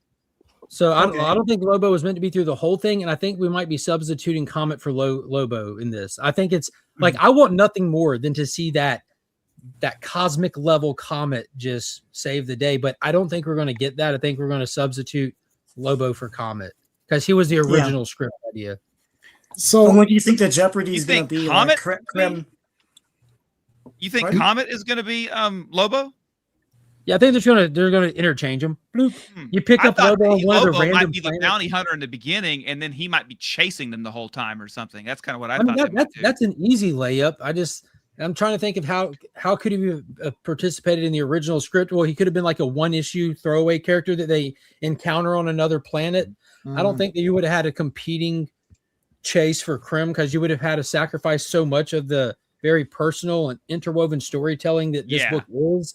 So that would have taken too much out of it. But Comet being a sub character that carries through a few issues, I can see like that's a good subplot character or supporting character. Not a bad thought. Well, what do you Momoa's think gonna steal that movie. chasing Krim for? I feel like they're gonna kill Crypto. No, That's no. what I feel I like think it's Crypto. gonna Well, be. that's a great idea. Zero. That dog sucks. No one will see it. I said kill this dogs. when Crypto survives. I said this as soon as they showed us that Crypto was going to be in Superman. I'm like, oh, they're clearly setting this up for Supergirl. And I said, like, from the first time, I said Supergirl will be the after credits to come get her dog. It's that simple. Why don't they have Streaky? Because nobody likes cats. Super cat. Crypto's in the They don't like comic. cats. Yeah, dogs are better. Yeah, you guys, I like cats better. Yeah, I think it's going to play out. I honestly think that the basis of this will play out just like the book. Ruthie's parents are going to get murdered by Krim. Supergirl's dog's going to get shot with an arrow, and he's going to be down and out on the men while they're off, both trying to get their air quotes here revenge. And by the So end she doesn't of it, have her powers, though. I think, right? no, dude, she should have had No, her she has her in- powers later. See, that's what they messed up in James Gunn Superman. She would 1,000% be normal on Earth. By Right. the time you just travel that close to the yellow sun, you'd be normal. Yeah, so that's what I'm saying. She's on a yeah, I red see it. sun planet for all of 8 pages of issue 1, and she's Ruthie's normal in it. Supergirl for the rest of it. Right. Okay. Yeah. So I yeah, didn't know thing- Ruthie was in the movie, so she. That's fine. Cast. We're Yeah. like, I see all these movies opening night on IMAX, anyways. I just don't like introducing Supergirl in this dumbass way. She's drunk and an idiot. It doesn't make me excited. I'm supposed to be like, I can't wait for Supergirl. Now it's like, oh, she's gonna be annoying, irritating, and she's gonna be. And she called Clark a bitch. Like, really? Yeah, that was out of character. That the Supergirl in that book, In his Tom movie. King's Supergirl is not like that at all. And I Right. think Gunn, what did he say? Did that? So, well, that's why Crypto is so unruly, because look at the owner. Yeah, but Crypto's a smart dog, and, Yeah, and dogs very know. smart dog. Dogs know when their owners are not feeling well. Yeah. And can't he fly? Couldn't he pick? He starts. It starts off with Superman. My wife tuned out on this one immediately. She's like, he's all bloody, beat up. She says, "This is gross." It's like, nah, I'm done. I'm like, really? She's like, yeah, I'm done. I'm like, you're literally done. I was like, she's like, yeah, I'm done. I'm like, okay. Okay, I'll watch it on my own. And so I shut it off because I was going to watch it on 4K. And she's like, I'm done. I'm like, okay. And the dog beat him. I think the dog started beating up. She's like, this is like, what is this? This is stupid. I was like, okay. It's like, then we ended up, I don't know what the heck we watched something else, Deep Space Nine or something. Hey, how's it going? 6-7. I don't know what. Good call. Oh god. 6-7 something. I'm too old. I don't even understand what it means. I don't know what any of this means. I do. I've Googled it. I don't get it. I don't know. No, I don't know what it means. You can private chat me if it's something rude. No, it's not. It's just a No. little thing that kids say that makes them feel like they're on the in crowd of something that doesn't exist, just so adults can say, what does it mean, and they can laugh. Oh, okay. When we It has Ace True. Batman. Not wrong. Hey, Charlie, how's it going? We got the DC Comics Super Pets movie 2 years ago. That I saw that in the theater. It was super fun. I did too. I took the kids. We have it. I went with my niece and nephew. Yeah, my daughter loves it. My niece was like, it's great watching it with kids because they really invest. Like when Superman was injured in the beginning of that, like, that we're sitting there, oh, he has to be injured because the pets have to take over because otherwise there's no movie. But she's like, oh my God, she's like, Superman, is he gonna be? He's hurt and everything. I was like, and I'm thinking, it's like, well, he's gonna be fine, but like they don't know that. Like they don't know they don't know that. Hello, So she's like, oh my God. I said, he'll be okay. No, he's hurt. I'm like, it's okay. Then we'll watch the whole thing. It'll be fine. It's like, eat your gummies or whatever. Pretty awesome. Okay. Classic. You gotta go, right? Yeah, I'm gonna have to go here. All right. Are you excited? Are you excited for where this is going with Netflix and all that? No, I think it's a bad development. I think that probably any issues. Basically, the issues that a lot of us have had with DC Studios are just going to get worse, because as it gets absorbed into a bigger company, it's going to become less responsive to the fan base, not more. Okay. And it's only going to get worse, is my guess. All right. Okay. Well, I'll see you on Monday for Avengers. Okay, I'll see you then. All right. Thanks, man. See ya. See you, classic. Bye. Okay, so hold on, let me move the chat. How long do y'all think that it'll take before the ship crashes with the whole Netflix deal? Because this isn't something that happens overnight. There's some long-standing contracts already in play. Like IMAX has an exclusive contract that can't be voided with Warner Brothers. David Zaslav is staying on for I think at least through 2029, which is fantastic news. James Gunn and Peter Safran are contracted through 2027. So there's some things like that we know aren't changing. They already announced, and obviously they're keeping the streaming platform separated. They're did everyone get that? Yeah. Catching a paycheck right now, huh? Right. Did you guys get that Netflix email saying like, oh, we're gonna keep it all? I don't know, like the antitrust is gonna take till 27. Probably 28 is more likely. Because there's a lot to iron out. Did you see where the producers and the bigwigs in Hollywood wrote a letter to the White House asking for antitrust to step in and stop this?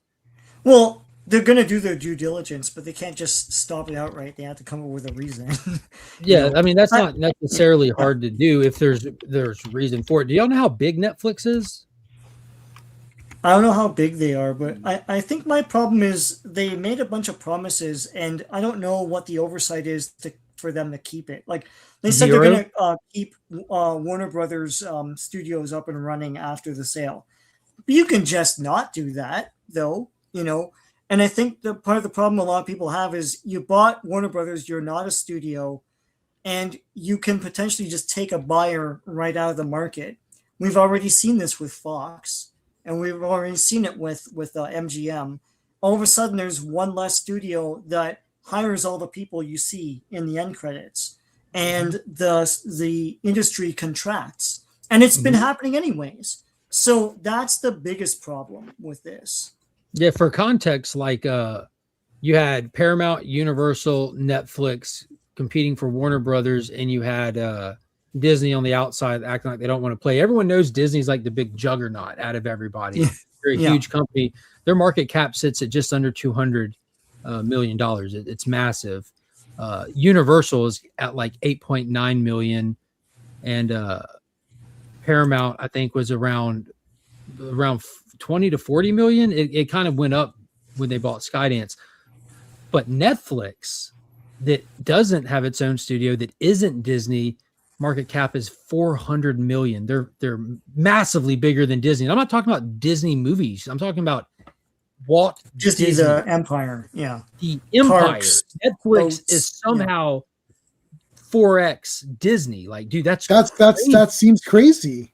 It does seem crazy, but I thought that was crazy too. So I went and played around and looked at this. Like, how can they come in and just say this and that? Like, they're very confident in this. And then when I saw them turn around for the cash bid, I'm like, they're the only person that can do this. It's nuts. I saw two posts. One said 70 whatever billion, and one said 80. What is it?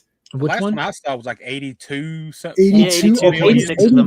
82.7 is the number. Yeah, that one of them had it. One of them had it at 72 point. Like I saw that, I was like, how's that? Like that was. It could be someone their typo on their whatever their JPEG. But I think that's what it was 72 at first. So yeah, it must have been a typo.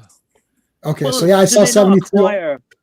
Do they not acquire then all of the IPs that fall under Warner's catalog? So that massively, as a streaming service, massively increases the amount of stuff they can put on. I mean, they had Big Bang Theory on Netflix down here for ages and ages, and then of course they lost it for a while. But that will allow them, I guess, to grow their platform a little bit more. I mean, not that it needs any more growing, but yeah, it's American movies are still popular. It's insane how much smaller, because we talk about Disney and we talk about HBO, but it's laughable how small these platforms are compared to Netflix. The shittiest Netflix show can come out that we've never even heard about, and it can chart 50 million viewers on any given day than the best streaming show on any of the other platforms on a good day. It is insane how much bigger they are. So again, one person, one household, but my wife, like Netflix, if you went to her profile on Netflix, you'll think you're in Japan. You're like, are we in the Japanese Netflix? It's like she watches literally every Japanese show, just like one ends and it goes to the next one. Next one. That's it. She just continues anything, any topic. So this one's about cooking, about these chefs or whatever. This one's about some radio show thing. This one's about now she's watching one about cops or something, cops getting trained, and just runs through them all. Prior to that, it was all the British shows. We watched all of it. Like I own all of Downton Abbey. I've seen that all. She watched The Crown, all of it. Like just watch it. Next one. It's so funny. There's so many Indian shows on there too. She doesn't watch them. No. We well, we own a lot of the Shah Rukh Khan movies, anyways. Right. But and she doesn't like RRR, and she doesn't like. No, but they have TV shows. But they have those. She won't watch the shows, but the movies, she'll cycle through those. So, I mean, I don't know. Like as just a generic guy who's like, oh, I just watch movies and get comics. I mean, I don't know what's going to happen. Like Classic was saying that he thinks that. It's like it's not going to be responsive to the fans. Anyways, is it responsive to the fans now? Anyways, I don't know. Like, I don't know if anything will change on my low end of I'm just going unless they're going to say we're getting rid of the comics completely. Yeah, and we're going to just go to Superman will be a video game character and a TV show character. I don't know if A lot of these characters now are movie characters. Like Captain America isn't a comic book character to most people. To most people, yeah. To most people, they're just like, oh, yeah, he's in movies and stuff. Hey, could not be reached. Even DC and Marvel, like when Warner Brothers and Disney didn't go to Comic-Con one year, everyone on the board's like, oh, Marvel and DC are not at Comic-Con this year. It's like, no. Marvel Comics and DC Comics are at Comic-Con. But like MCU and DC, right? Not there. And they're not. That's what DC and Marvel is to you. Yeah. No, I think the problem with this is I think people are seeing in real time the end of their legacy, the legacy industries. I mean, they're not going to honor classic Warner Brothers movies. You're not going to see a ton of Robert Mitchum on Netflix or something. If no one's watching it, they'll just take it off. I don't know. I'm not sure about that. Once a year. Yeah. Well, I watched Lawrence of Arabia on Netflix this year. I mean, I've got the super edition of that, which is like a huge thing, which has like his diary in it, and I also have it on the 4K tin. So, like any of these classic movies, I have Casablanca 4K, and this other, I have whatever movie you've heard of that's black and white. I own it in the whatever best edition there is, plus a lot of the other ones too. I probably have 300 black and white movies easy. So I own everything I want to own, or I can find it. So I don't really need it for that. But comics, what's going to happen to comics? Like, I'm surprised they're around now. I'm surprised DC Comics and Marvel Comics are around in these giant corporations now. If in your day job, you probably work in a corporation, and then you go into the comic store, and it's like, this doesn't jive with what I know they cut. So I don't think anything. I don't know, unless they literally say we don't want to make comics just because we don't feel like making them. License it out to Dynamite or something, right? They could do. Why not? They could do that. I'll take it. I'll take DC Comics. And then every comic will be awesome. None of those characters become public domain soon. Isn't it Superman becoming public domain? Just the 1938 version. Yeah. So you're not gonna. He can't fly. He can't have eye lasers. That's how public domain. It was Daily Star, I think. Daily it was Star. But in our lifetime, the recognizable Superman will be public domain. So and same thing with Batman. Well, I plan on living forever, so I'll eventually do something. And it'll give them pretty good back catalog of like different animated series too, like Thundercats and a lot of other ones that they have. Oh yeah, Warner Brothers has Silverhawks, and y'all watch Silverhawks. Yeah, I wonder if they'll put that all exclusively Netflix now, because I know like Thundercats, the original was like on Hulu at the moment.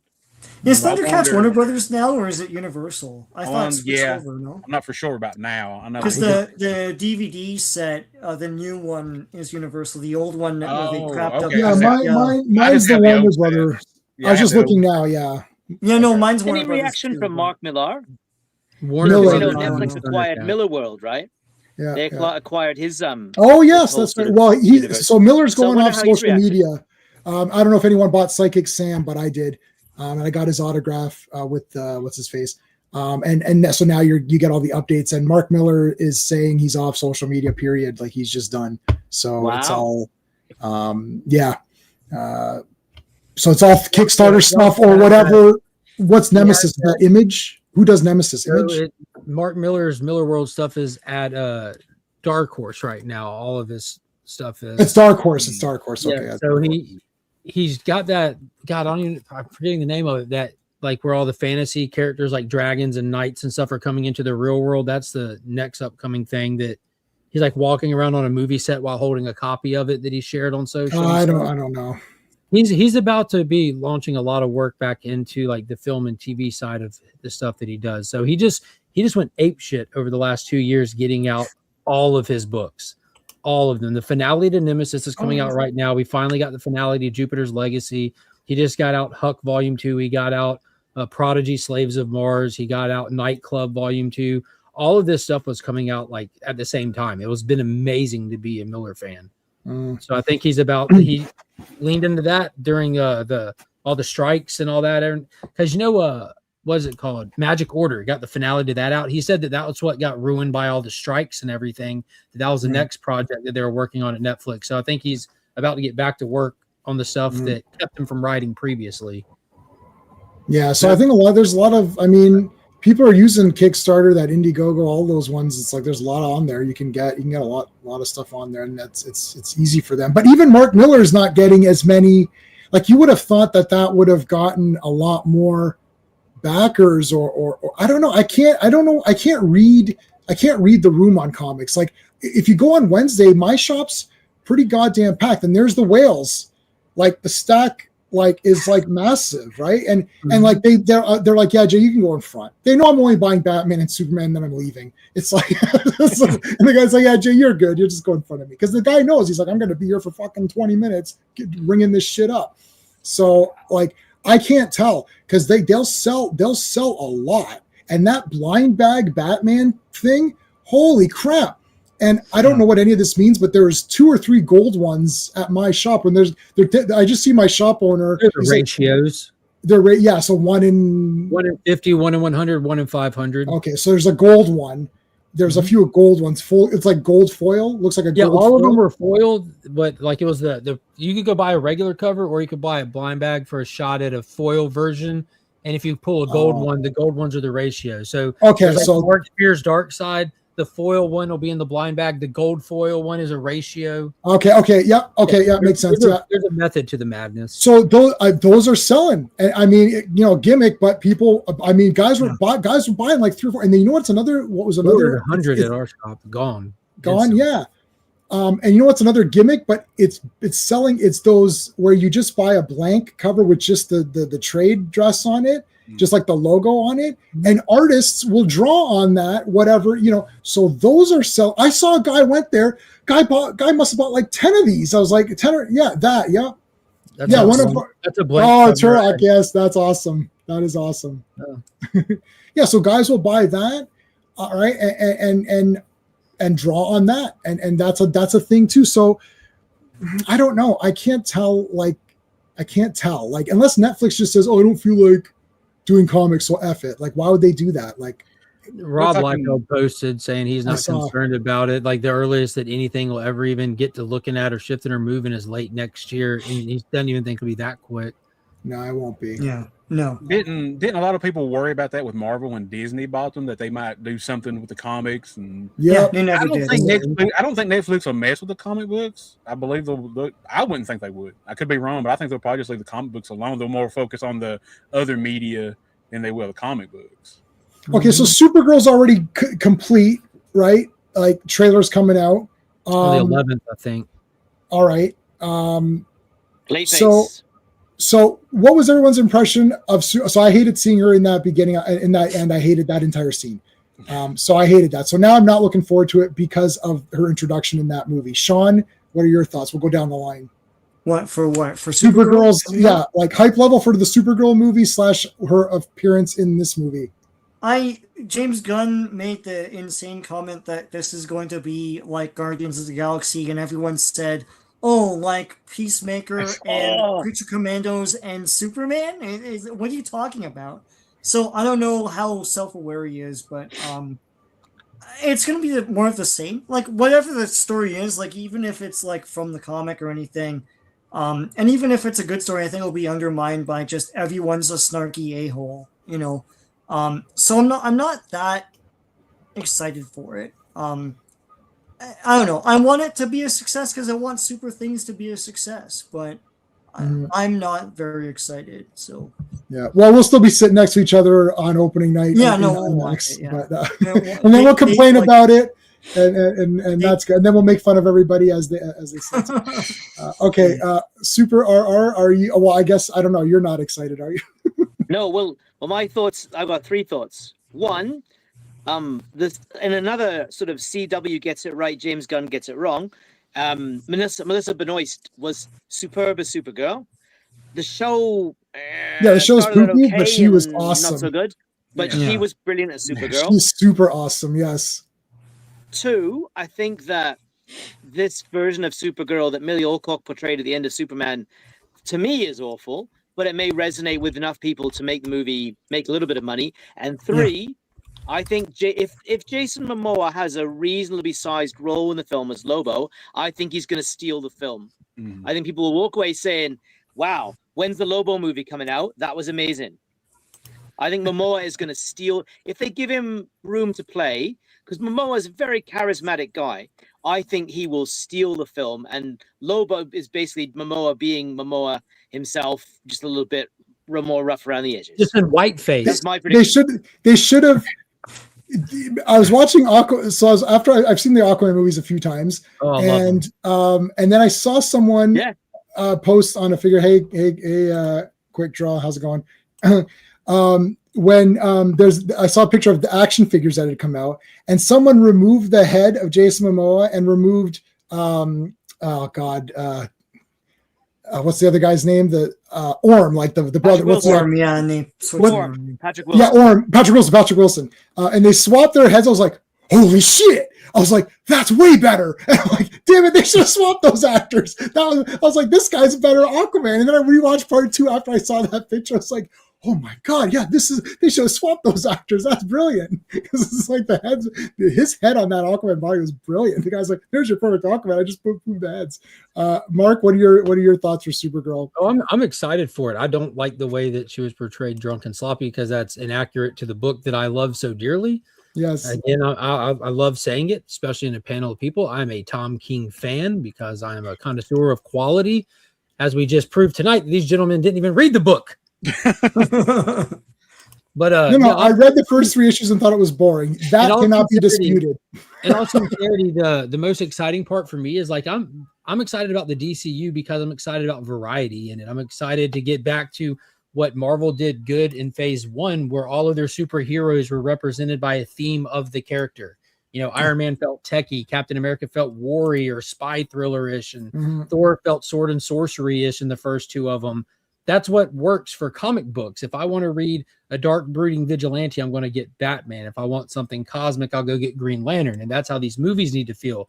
They all can't feel like James Gunn's personal projects. And as of right now, all we have are James Gunn's to judge it on. So we're saying it's just quirky. It's just this. It's just, well, this is a Craig Gillespie film. This isn't a James Gunn film. And then the Swamp Thing film won't be a James Gunn film. Then the Clayface movie won't be a James Gunn film. I'm excited to see the variety that the DCU has brought to the screen so that the audiences can pick and choose what they like more or less. And I pray to God that they're not so stupid that they think they have to interconnect these through one through story, because that's the quickest way to ruin this, is to try to pretend like these movies can't stand on their own merits from beginning to end, and they have to service some kind of larger storytelling that none of us give a shit about. Right. Corner, what are your thoughts? I am hyped for one very specific reason, and this is it right here. I say this in an upcoming video. If they do it to a T like this, we'll have a very good movie on our hands. Now, the cameo, I kind of feel like that's probably not representative. Number one, James Gunn did it. Okay, yeah, he's not doing this movie. Number two, it is kind of the same as the book because she starts off drunk, but in the book, it quickly tells you why she's drunk. Whereas in the movie, you're just like, oh, she's just a drunk. Everyone thinks he's a club wreck. Exactly. Yeah. Exactly. Paris Hilton Supergirl over here. You're going to be surprised when you get to the movie. I hope so. Yeah. Okay. And also, I'm excited for the Superman family being moved forward. Anything super that's being moved forward, I'm like, okay, let's work on that and see if we can't improve things. Yeah. Daniel, what do you think? Being somebody who's not read Supergirl in the comic books, and the only exposure I've had to the character is the 80s movie and the CW show, I'm excited and I'm curious to see the character Supergirl on the big screen again. I know nothing about this comic, but from what Legion and Corner said, it's amazing. So I hope you don't believe Sean. You don't believe the guy who didn't finish it and Sean who lied.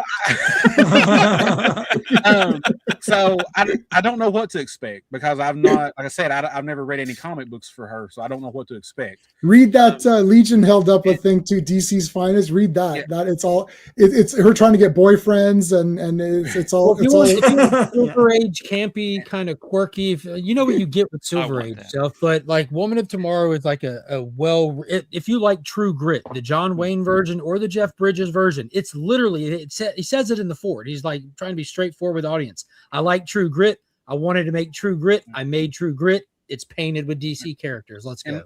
And like Legion said, I want variety as well. I don't want everything to feel like it has to be James. Like I said, I do enjoy the movie, but yeah, it definitely feels Guardians of the Galaxy. I don't know if he just can't get out of that groove, or if he thinks that's the only groove. Yeah, like Guy Gardner's just Star-Lord or whatever, and Hawkgirl is Gamora. Like it's like, what's the difference between those? It's just take out Terrific and Hawkgirl and just give me Superman and Guy Gardner. It probably would have been a better movie. I don't know, Mm-hmm. but I definitely want variety too. I don't want and hopefully the directors don't feel like they have to be under Gunn's thumb and they have to do what he says. Well, make it. Well, Supergirl will that'll be the test. Yeah, because make it feel this way because Superman was this way. Right. I hope they're like, look, this is my vision. It'll kind of go with your movie, but let me have my way of doing it. You know. So I don't know if they're gonna because that comic did go. There's a lot of space stuff in it, right? From what I remember. So like there might be some cool adventuring, right? Like just going on adventures with stuff. So if Comet's not going to be in it, that's fine. They'll put Lobo in place of Comet or whatever. Yeah, that's just a theory. Like that is what's going to happen because they're not going to have Comet. But see, then I got to be a dick and be like, well, why can't you just have Comet then? If you're going to have all this weird shit anyways, have Comet. That'd be sick. Like they want to introduce Gunn movie. They want to introduce Lobo so that Lobo can have his movie, right? It just depends on how ambitious they want to be with it and how much of a risk they want to take.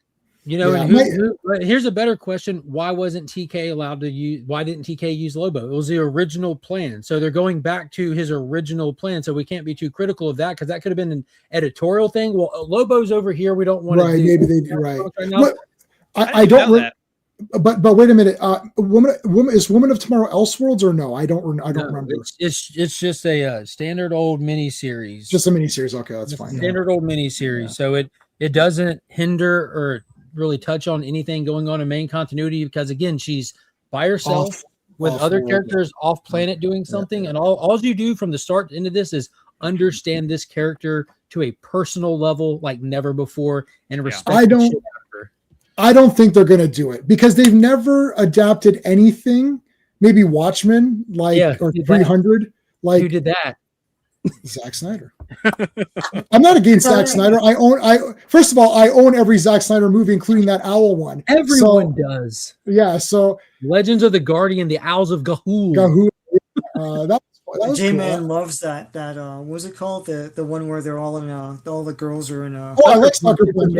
Sucker Punch. The extended cut is phenomenal with the high rollers. It's like a 15-minute segment that was completely removed from the theatrical cut. Well, and the ending, which without that ending makes the movie kind of like that extra ending makes it make sense actually.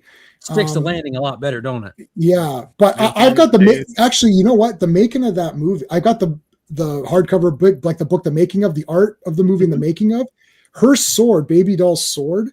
The entire movie is etched out in her sword. And you know that was Emily Browning singing "Sweet Dreams" in the beginning of it too. Oh yeah, okay, yeah. I didn't know, but yeah. So there you go. No, I like that movie. I know. We walked out of that, and I got a lot of pushback from some people. One person on this panel and a few other people. and we walked out. I was like, "Well, that was pretty goddamn awesome." Oh no, what are you talking about? What did you watch just now? It's a cool demo reel, like all the fantasy stuff.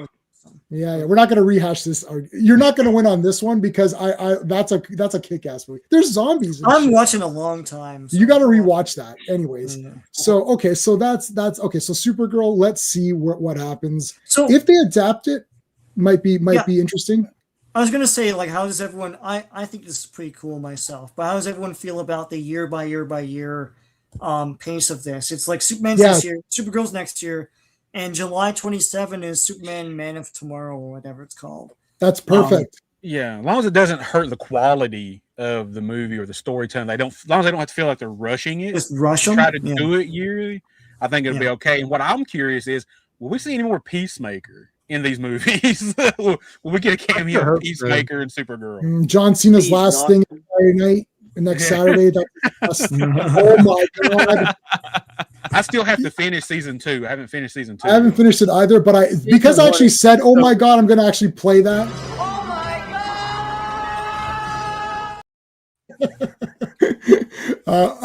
god! Corner. What do you like the year by year? Or do you think it's too fast? I mean, I would like more. To be honest, I would like more.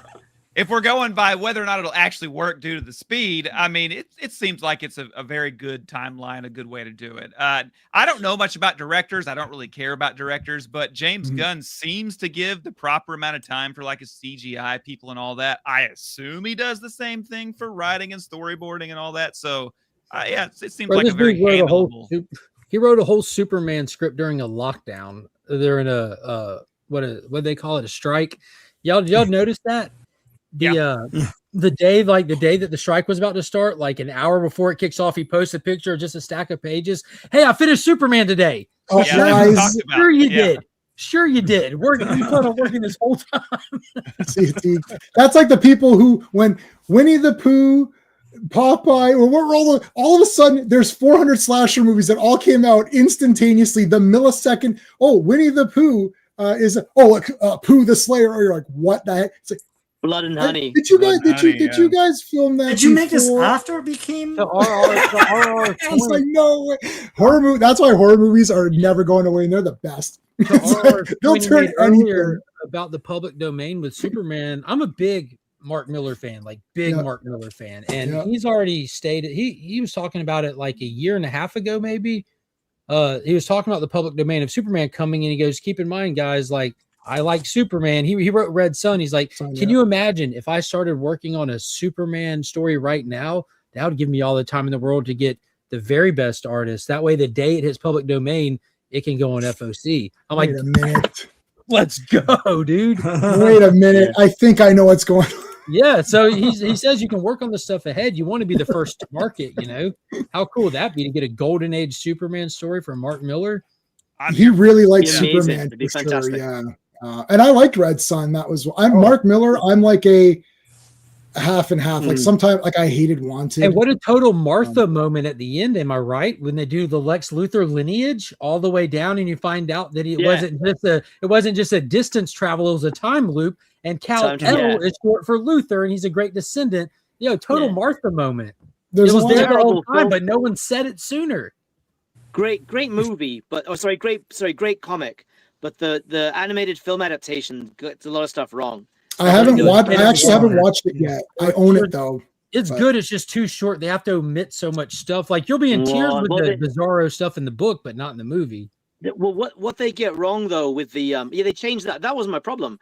The problem with the animated Red Sun is that Wonder Woman could have stopped him, whereas in the comic, she didn't have it. No one can stop Superman, and that was the whole point of the ending.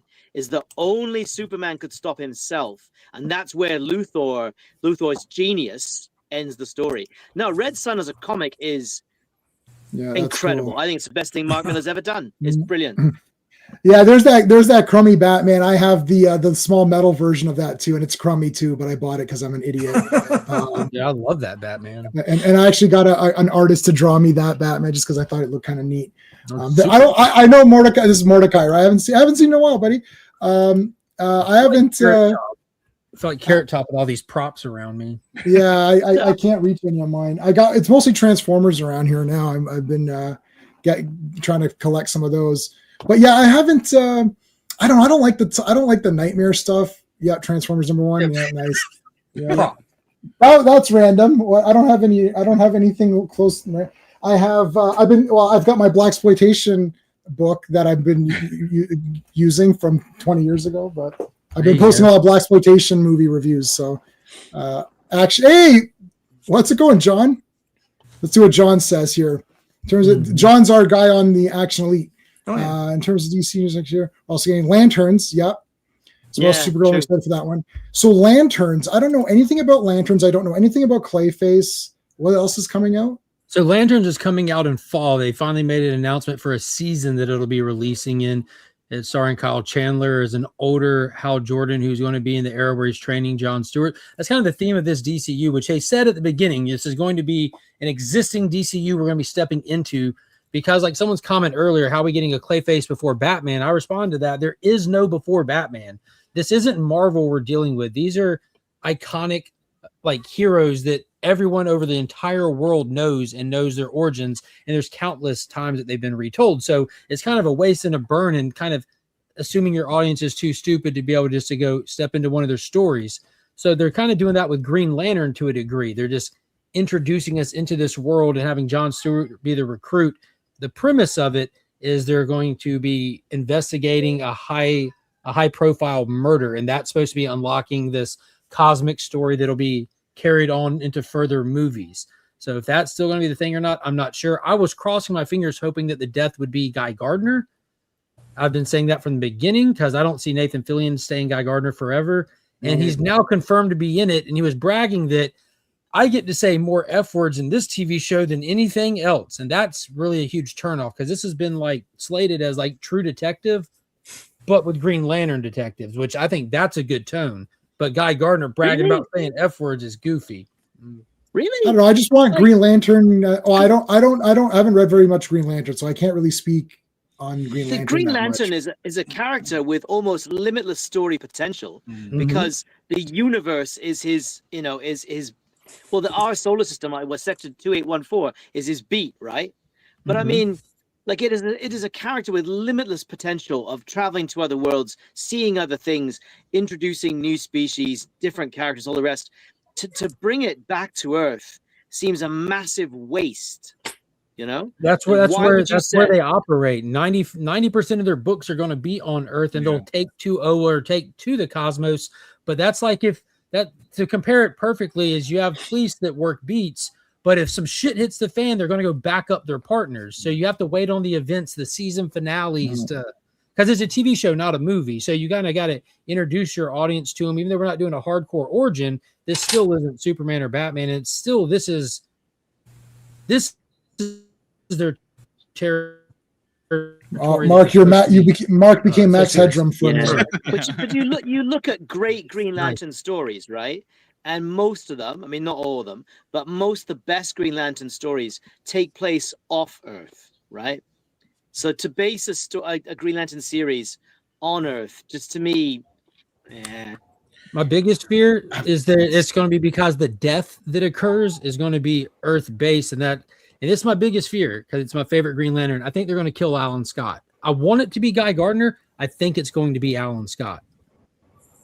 Well, how would Alan Scott fit in that continuity? Because he's not a Green Lantern Corps member. They're all already introduced, and the Emerald Flame goes deeper than the Guardians. It is tied into it, not directly, but like. How about this question?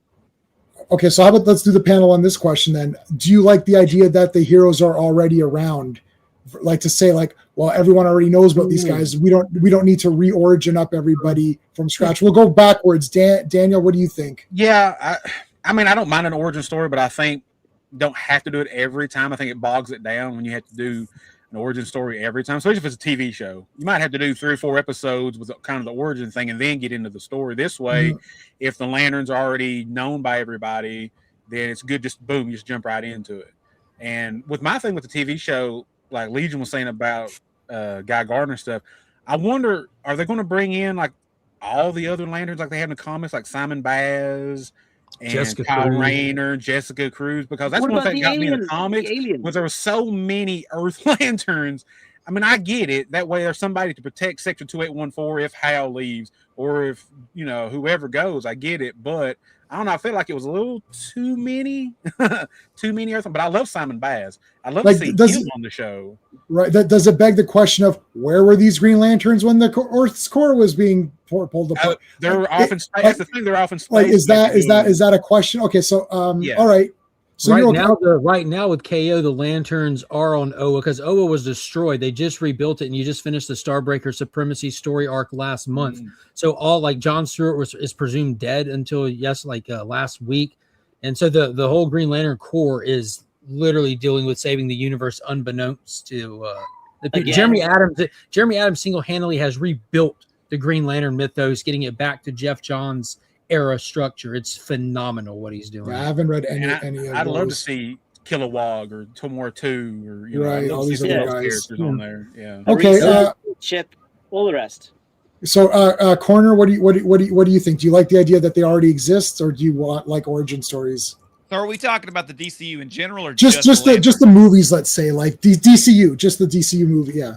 So, I thought the whole point in the beginning, that is, I thought the whole point of Superman being attached to all the other characters in his movie was going to be that they were going to use him to have all them in there so they could start doing movies on them.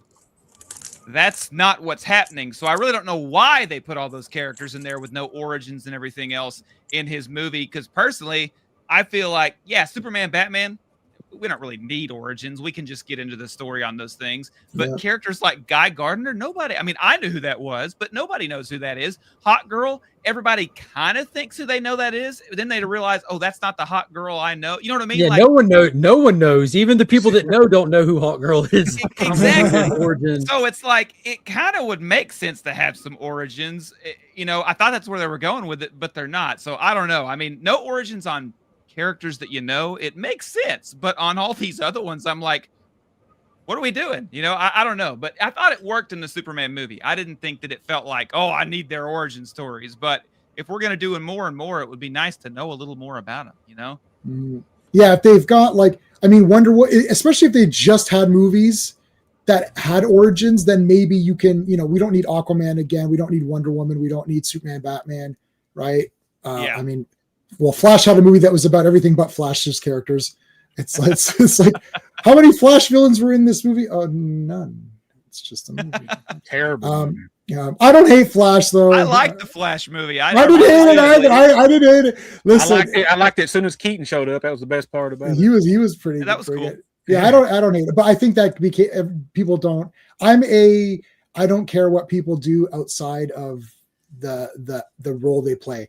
Like, I don't care if David Cornsweet, I like David Cornsweet, but if he went around, I don't know, like kicking animals or something stupid, I don't know. I don't care. Like, I only care about the movie. It's like, I don't care what people say in interviews.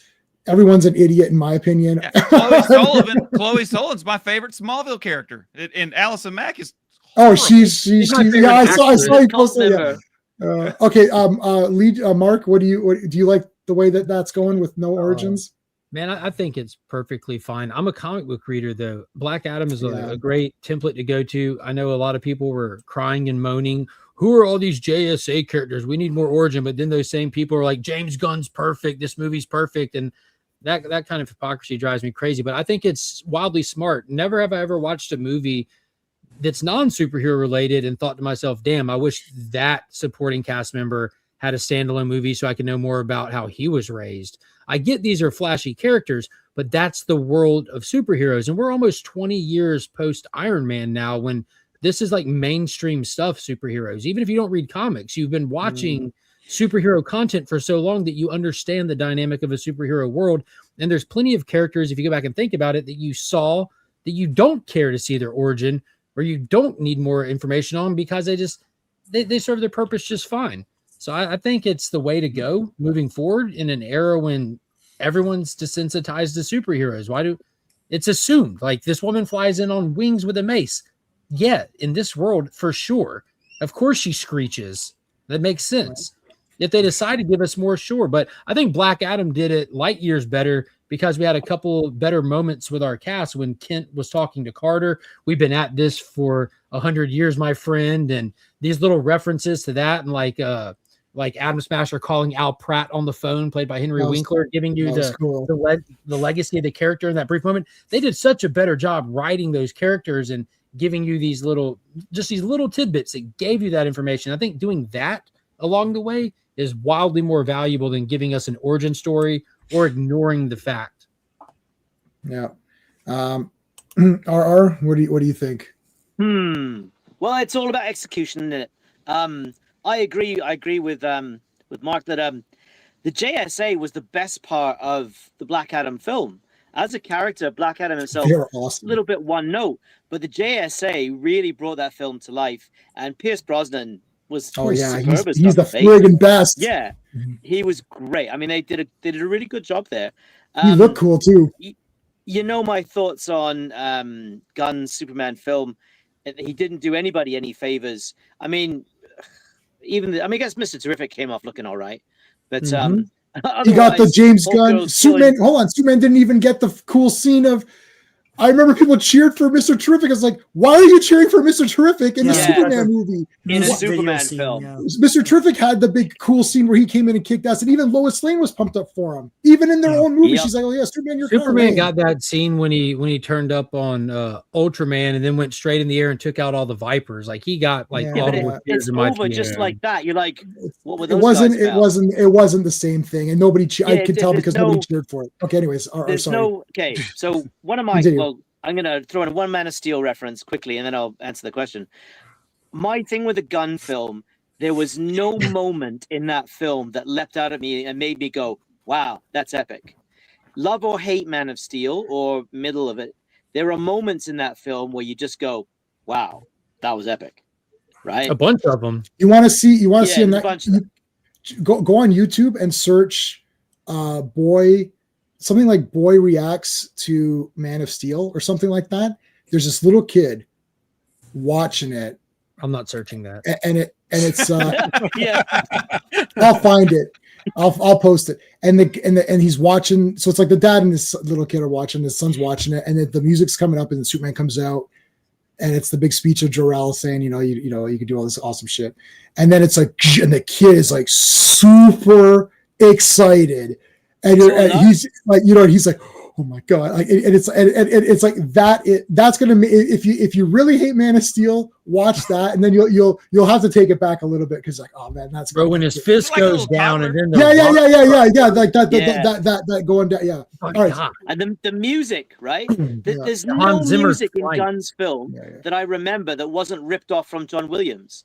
Like at least Man of Steel has its own pounding theme. Okay, enough about that. But well, I will say, I want to interject one thing about Man of Steel's music. Yeah. Hey? I want to interject one thing about Man of Steel's music. I thought the music was great, but I did not think that Man of Steel had a Superman theme. I was very disappointed that we didn't get a theme out of it. You know what I mean? But I thought the music was great. Yeah, I agree. I agree both points. Music's good. I can hear you that. You kind of do.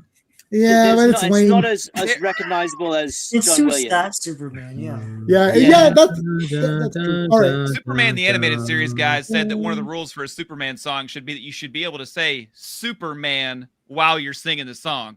Like Superman. There's probably a good reason why. Yeah, that's good. I like that. That's not bad. Sorry. No origins. Honestly, it's execution, right? So Spider-Man in the MCU, so Tom Holland's Spider-Man, we don't have a proper origin story for him really until you get to No Way Home. That's actually his origin story, if you think about it. Oh, yes. Mixed feelings about that film. I was like, what are you talking about? We totally saw him, but you're talking about the well, no, but if you think about the Tom Holland Spider-Man's trajectory, really, No Way Home is his origin story, where he actually learns to stand on his own and be his own hero, right? Then he has the real caution at the end. They kill Aunt May and Yeah, but erase there's no everything Uncle from the Ben. other movies. Yeah. There's no Uncle Ben. But that movie is a can of worms so big. I hesitate to mention it, but introducing him in Captain America: Civil War and Black Panther in Captain America: Civil War, because it was done very organically and very effectively, it worked, and people are like, "Ooh, see, Spider-Man, everyone knows his origin too. So again, that's like another one of these. We kind of know it. Okay. Yeah. It's not necessary. So you don't necessarily need origin films for these really well-known characters, right? But I mean, then at the same time, DC put out Blue Beetle, which was not particularly successful at all. Oh, that's a terrible movie, Mark. Character, Put the right? thumbs down. Tried an origin movie. No, I can accept many things. Not Never that. saw it. That Never saw Blue it. Beetle was Dude, that was so brutal. fun. That was brutal. Oh my dear. Anyway, so Wow. like in short, my answer is nah. You can get by without origin films, provided you do it well, right? It's and all you about can get by without Blue Beetle. Okay, I agree with that point also. Over to you, Sean. Over to Sean. you, buddy. Well, Jamie and I talk about this all the time. No, I don't think that they need origins Right. for everything. It's not just characters that we know, but like anybody, you know, unless it factors into the story or a Right. key part of their character we need to know for the story, we don't really need it. Remember the C-3PO origin in Star Wars? No, like, you know, you don't really need to factor in an origin for everybody. And I know that people are thinking that because it's superheroes. And look, I love the 78 Superman movie, but I think it set the precedent of like everyone needs to have an origin. And I think, like Mark, you said it, like we've been in this superhero high for 20 years, and the general public now knows what this is all about. And they don't really need an origin for every single character that you see in Superman. Like, you know, like Mr. Terrific is smart and he has those things that he flies on. That's it. And you're seeing it and you know it. So, yeah, I agree. No origin. Batman '89. I was like, this is awesome. It's like, oh yeah, my crummy parents died. Okay, awesome. And then the rest of the movie just it's like that's it. It's like that was brilliant. I love Kid me. It's like the child version of me. The Superman movies, like Superman 1 was the worst movie. Like as a kid, I was like, Superman 1's like, okay, it's like 7 hours before Superman does anything. What is this movie? So as a kid, you know, when you rewind tapes, I would have it like in the middle towards Superman. Yeah, stuff. the helicopter thing. Yeah, yeah, helicopter. That's where the movie started. And Yeah, Superman, I skipped the first act every time as a kid when I watched that. of course, right? Yeah. It's Superman 3 is awesome. He's Superman a lot, or he's a bad guy for a while. He's in the costume I was like, I saw Superman 3 and 3. I was like, this is the best movie of all time ever made. Period. You know, it's like, oh, Richard Pryor can't jump off that thing. I'm like, I know. Who cares? Do you remember Billy Zane's Phantom movie? We covered it on the channel. I'm a super massive mega fan. Oh my god, that movie is so awesome! I'm a diehard Phantom fan. Like, I know. I see you bought the comics, recent ones. Yeah, that's the best way to do an origin for any superhero. Anything you spend the first 30 seconds reading out two. For those who came in late, and then you show the title card and you get right into the jungle action. Yes, I love it. I didn't even know that existed. I'm shocked. Just a pre-title intro. Yes. That's all it takes. For those who came in late, this boy washed up on this thing, and it's like he learned how to be I'll do my version. He learned how to be fucking awesome and kick the shit out of people. And then he became the Phantom, and then other guys became awesome as it went down. It's like that's it. It's like everybody's the best awesome. way to do it too. How clever is that? For those who came in late. That's awesome. There was a guy that did come late to the movie. I promise you, I'm not making that up. I was like, oh my god, there's a guy who's going, because I was always there for the trailer. There's the guy. That's the guy right there. And There was a guy. Kerry Tagawa passed away this week. I know. Rest in peace. Yeah. Oh man, Shang Tsung and Rising Sun, which is the second movie that came to my mind when I heard that. But yeah, no, he's also but no, Phantom. I have the hardcover strips. Mm-hmm. That strip never ended. It's still going every day. The comic strip never ended from 100 million years ago. And Superman, it's like, yep. It must be 2 or 3 years of that strip before they even said who the Phantom was. remember in the Billy Zane movie? Remember in the Billy Zane movie, there was the guy that also liked Dana Palmer. He was the guy who's kind of like a snarky guy. He's like, oh hey Dana, like he was trying to get on with her.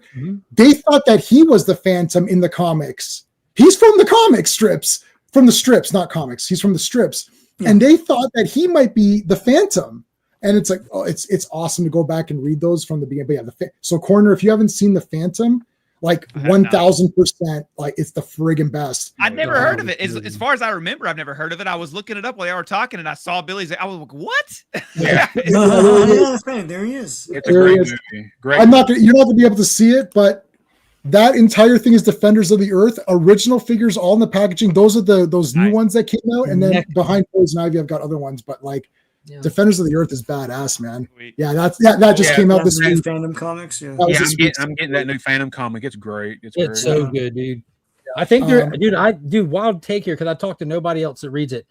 Because they said that with this, they wanted to do the first story arc to kind of get everybody who came in late into the Phantom to get the feeling, we're dealing with the Sang Brotherhood, we're in the jungle, we got Durant in here and all that. Yep. We know Diana's at the cave. Yep. They haven't said one way or another if they have a kid.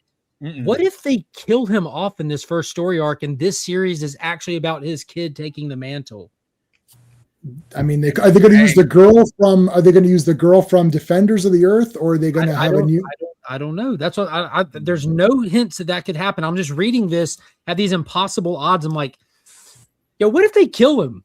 I don't know. What if that's the catch to this issue? Like that we're going to be riding shotgun with a brand new Phantom, a brand new Kit Walker, because that's part of the whole gimmick. I would be because they've already established that character as a legacy. Like that is what the character is. Yeah. So you can do that, and I mean, Kit. Now, I mean, he's a 22nd Phantom, right? I think is the one from the 40s. Or is he was he the 21st or 22nd? I think this one is it's hard because I read Defenders of the Earth too, and God, it gets hard when you have multiple on there at the same time. Yeah, I know. I stopped reading that.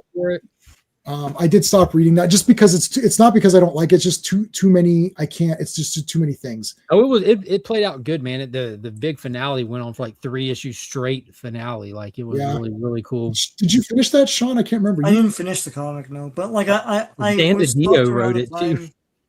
Yeah, I stopped around the time when Phantom is dead and he can't leave that one house, and then there's two other Phantoms, his daughter and his brother.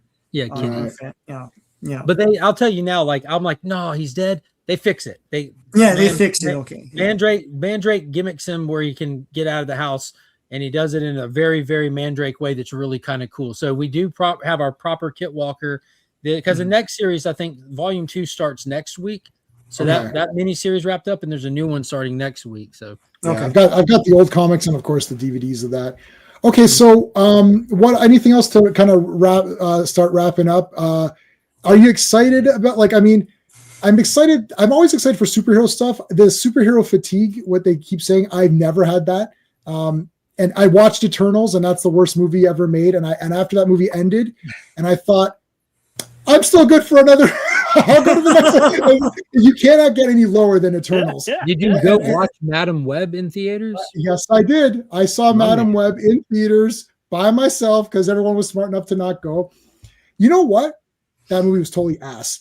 And it was an FU to because I sat there, saw the trailer, I was like, okay, look, worst case, those 3 chicks are going to be in the Spider-Girl costumes and they're going to kick the shit out of people. That'll be cool. Accumulated. Didn't happen. Yeah, 10 seconds accumulated. I came out of that, and then there's a rumor going on that I exaggerate stuff and I make things sound better or worse depending on how I want people to accept it, which I don't know where that came from. But no one believed me. I said they're not in it. They're like, oh sure, Jay. I was like, no. I said, okay, how am I gonna? And I can't be serious anymore. I was like, how can I really say this? Like, I promise you, like, I'll give you my 4K collection. Like, I don't know what I can say. They're not in the movie. It's all a lie. They're in a flash forward sequence where it's like, you might become these heroes or whatever. And they show them. And I'm like, that's it. Interesting. The best part of Madam Web is the fact that I watched it, and I can tell all the people that call me like a Disney hater or Marvel hater that I'm the last real Spider-Man fan because none of you Spider-Man MCU fans would watch it or went to see it. But I watched it. I went and saw Raven. I saw the first hour of Craven, and then Craven was wildly enjoyable. It felt like an early 2000s action movie. Like, I'm not calling it good, I'm calling it fun. There's a difference. I bought it. I still bought it. I didn't hate it. I didn't see I didn't see Venom Part 3 or whatever. By that time, I was desensitized. I like that one. Like, it wasn't good, was definitely fun. I own it, but I haven't watched it yet. I'll generally go. I did miss out on Tron, which I pre-ordered on 4K anyway, so it doesn't matter. I wanted to go see that. I got the Steelbook. I don't remember what I got. I'd have to look. I'll usually go for Steelbook if it's available, but a lot of these things sell out quickly. Yeah. Ooh, that's cool. Yeah. Yeah, I mean, it's got to light up. I've got all the old Tron toys. Nice. I got the vintage Tron toys are behind me over there. But yeah, so I try to go to these things, and I will go. I saw FF in the theater opening night, IMAX. I saw Superman, of course. I saw any of these ones that I think I actually had COVID, so I couldn't see Black Panther 2 in the theater. That's the only one I missed, and I hate that movie. I would have taken COVID over Black Panther 2. Yeah, Sean saw it. Oh man, I watched it alone, and then you watched it alone. Yeah, sorry about that, man. At least we could have suffered together, but unfortunately, you're a big Namor fan. You'd have hated it. No, I watched it. It's terrible. I'm a big Namor fan, and they ruined that character. And he wouldn't murder a girl. They're like, he might murder that loser girl. I'm like, Namor wouldn't do that. Like, what are you talking about? This movie's weird. Didn't you believe everyone who told you it was terrible? Did you not believe them? I still bought it because I even bought Eternals. I have to. I can't. I have to have it because it's weird. I got a question for you, J-Man. What's your favorite film from the year so far? The year's not over, but just looking back on it, there's been a lot of stuff. You had Fantastic Four, you had Superman, Tron, there's just been a lot of stuff. What's your favorite? If I say Megan 2, is that going to be weird? Because I think that one. No, she was basically a superhero in that. I like Megan 2. What else came out this year that was fun? What was your favorite movie so far this year that you went out to the theater to see? Oh wow, I don't think I went out to the theater a lot. All right, that you pirated at home to watch. You mean that I did and then gave it to him? I can't think of anything right now, honestly. Did you watch Megan 2 yet? That was awesome. I didn't see Megan 2 yet. So. Well, you know what? Deathstalker was awesome. Oh, Deathstalker for sure. That was really cool. Yeah. Was Terrifier 3 this year? No, it was last year. No, it was last year. What about y'all? What's y'all's favorite movie from the year? I like Sinners. Honestly, so I've seen this year. I saw Thunderbolts, Superman, Fantastic Four, and Mission Impossible 8, the final one. And of those 4 films, that's the only 4 times been in cinema. Thunderbolts was the best of all those films. No way, Thunderbolts can't be. I didn't see Mission Impossible, but there's no way that's better than Mission Impossible. That can't be. I'll stand on business and say it's not. Honestly, TC. I love the Mission Impossible films, right? Like I've seen all the other ones in the cinema. I love those movies, but it was so convoluted. The last. I mean, the stunts are amazing, right? But the problem is the story's so convoluted, and it takes so long to get there. And it hammers the point home about Tom Cruise so many times. By the time you get to the end of the film, you're like, oh, thank God that's over. It was all right as a film, but I actually enjoyed Thunderbolts more than any of the other films. Wow. And I'll answer this. A great movie either. I hate James Gunn and Zack Snyder, their Superman versions, and I hate Bryan Singer. We keep forgetting to bag on Bryan Singer. He sucks too. Sean hates the same but for people. other reasons other than his Superman movie. There is that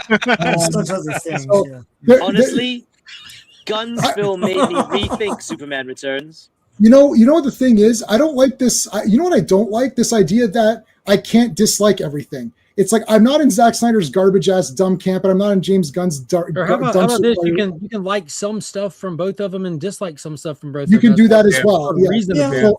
Yeah, you could do that. So Sean and I both hate everything. RR likes Man of Steel, but doesn't like James Gunn. Daniel likes both. Kryptonite Corner likes both. And Legion likes both, but they have they don't love either there's problems with things here and there. No, I love Man of Steel. I love. Oh, you do love Man of Steel. Okay, sorry, I love Man of Steel. Okay, Yeah, and I really enjoyed Superman a lot. But I'm a little comic book kid that I grew up around these things. So when I watch James Gunn Superman, I see all these things that I've already experienced in comics, and watching it through my unique lens, I'm like, oh, that's from that. Oh, the little Justice Gang, which is a dumb name. They look down on him because he's pulling this concept from Kingdom Come. I see all these things, and it doesn't bother me. It just, as a movie I'd rewatch more, I'm rewatching Man of Steel more. I like the tone more. I like the serious more. I like the realism more. That's the point of the movie. This one's more comic booky. Yeah, but it's not a fucking comic. I can read the comic for that. I like the Christopher Nolan feel of Batman best. It's just that. That's I like just Batman Begins a lot. And then the other ones, like, they're okay. Dude, quit playing. Quit playing. You Yeah, can't be that big of a hater. You can't just rewatched Dark Knight Rises, and that is a slog of sloggishness. I was like, God, when is this movie going to end? It wouldn't end, and I kept fast forwarding, like, it's not ending. Like, how can this be? Kryptonite Corner didn't answer. Kryptonite Corner didn't answer what movie he liked this year. Daniel and Kryptonite. Dan didn't answer either. Oh, sorry. For me, was it Sinners? They came out this year, did it not? Yeah, that was pretty cool. I like Sinners. Now, as far as going to the theaters, I didn't go to theaters much at all this year, except for I think Superman was about it. But as a movie in general, I think I probably like Sinners the most so far this year. All right, Kryptonite. I'm not a big movie guy, so I'm not sure if I've seen anything besides Superman in the theater this year. Like, I'm trying to think. Like, did you go see Fantastic Four? Superman is what gets me to buy books. Superman's what gets me to buy comics. Superman's what gets me to watch TV. You know what I mean? Like, that's what I go out for is Superman. So what was your question? So Superman's your favorite that you saw this year? Superman's your favorite. Yeah, he's my favorite, because I can't think of another movie I even saw in the theaters. I really can't. Well, that's fair. Yeah, I'm kind of the opposite. I think I go to the theater as much as I possibly can. I love the experience. But for me, my favorite was most definitely Tron Ares. I'm a little biased to Tron. Like, I think Legacy is like one of my personal short list movies, and finally getting Ares, it was just such a treat. I had such a blast with it. And behind that, it's Mission Impossible. Like, I'm a superhero fan above everything other fandom, and they didn't even edge out. By the end of the year, they won't even edge out my top 3, because I'm telling you right now, when Avatar hits, like, it's game over. That's movie of the year for me. I can guarantee it. Because I get avatared, man. I am. Yeah. Oh man, no, I can't team up with you on that. But I am that guy that can name every character, that can name the animals and all that shit. I read the books. The thing is, if I tested you on that, Mark, and said name me the characters, I wouldn't be able to fact check because I can't name any of them. So you can pull up Google, and I could correct it for Google. I'm telling you, my whole family into Avatar. Like, why don't they fight some red guys flying around in the room in here and can't they fight any other, like, can't they, like, the first movie was okay, and then the second movie was okay, and then this movie looks like it's going to be okay. Can't they fight other, like, things? Like, they are in this movie. They've been fighting the RDA in the first two, and they're fighting the other Na'vi clans. As there's a bunch of different clans. Yeah, but they look like the same guys. Like, I want monsters. If you go fight another country, are they supposed to look like you or another? No, I want another alien. It's an alien universe. Alien versus Avatar. Why can't there be redskin ones or something or whatever? Hey, Mohammed, how's it going? Well, if you notice, Avatar versus Predator. The Omatakai clan are blue, and the Metcaine clan from the second one are not blue. If you go back and watch in your 4K, they're not blue. You might have. I don't have that. I have those on Blu-ray, not 4K. But the Water clan are not blue. They are a noticeable different color. They're almost like turquoise colored. Oh, whatever. They're blue. But that's like me. Like, what are we close to? Like, we're close to Mexico. Like, we're not. Like, you can find me a tan white dude and it's just Mexican. They're like, it's. But it's fake. It's fake movie stuff. It's like, have cool aliens and monsters and have, like, it's supposed to be like this really great imaginative thing. It's like, well, get more different monsters. It's like fake nature. Like, there's no, like, is there any bad things on Pandora or whatever they are? Like, you did it. I feel like all of the I know it. I feel like all of nature is good there. Like, there's no predators of any kind. What? They're all like, nature seems like it's pretty relaxed there. You can The connect. first time that Jake gets stuck out in the woods, he almost gets eaten alive by viper wolves. Is that the He's only six-legged. He's No, only but they're lost not once against they the got chased by Na'vi. the Is it Thanagar. And then if you go into the second one, his son almost gets eaten by the. Yeah, but these are the humans. I'm talking about within the. I feel like these are different animals, different monsters. There. Yeah, do they fight the blue guys? Like not the humans. The humans. They don't like the humans, but do they fight the blue people? The blue people they're can. fighting blue people in the third one. Okay, all right. Does Kevin Costner get a writing credit for Avatar 3? No, but the writers of Fern Gully did. Oh, okay. Oh, good. About time. About time. Justice for Krista and Zach. I love Fern Gully. I don't think I watched. I don't think I ever watched Fern Gully. There's a few of these movies. It's fantastic, dude. Yeah, there's a few of these movies where I missed out on because I just thought they're lame. Like Benji, We were remember? teenagers. We're like, ah. I remember like Benji came out and it was the same day as Spaceballs.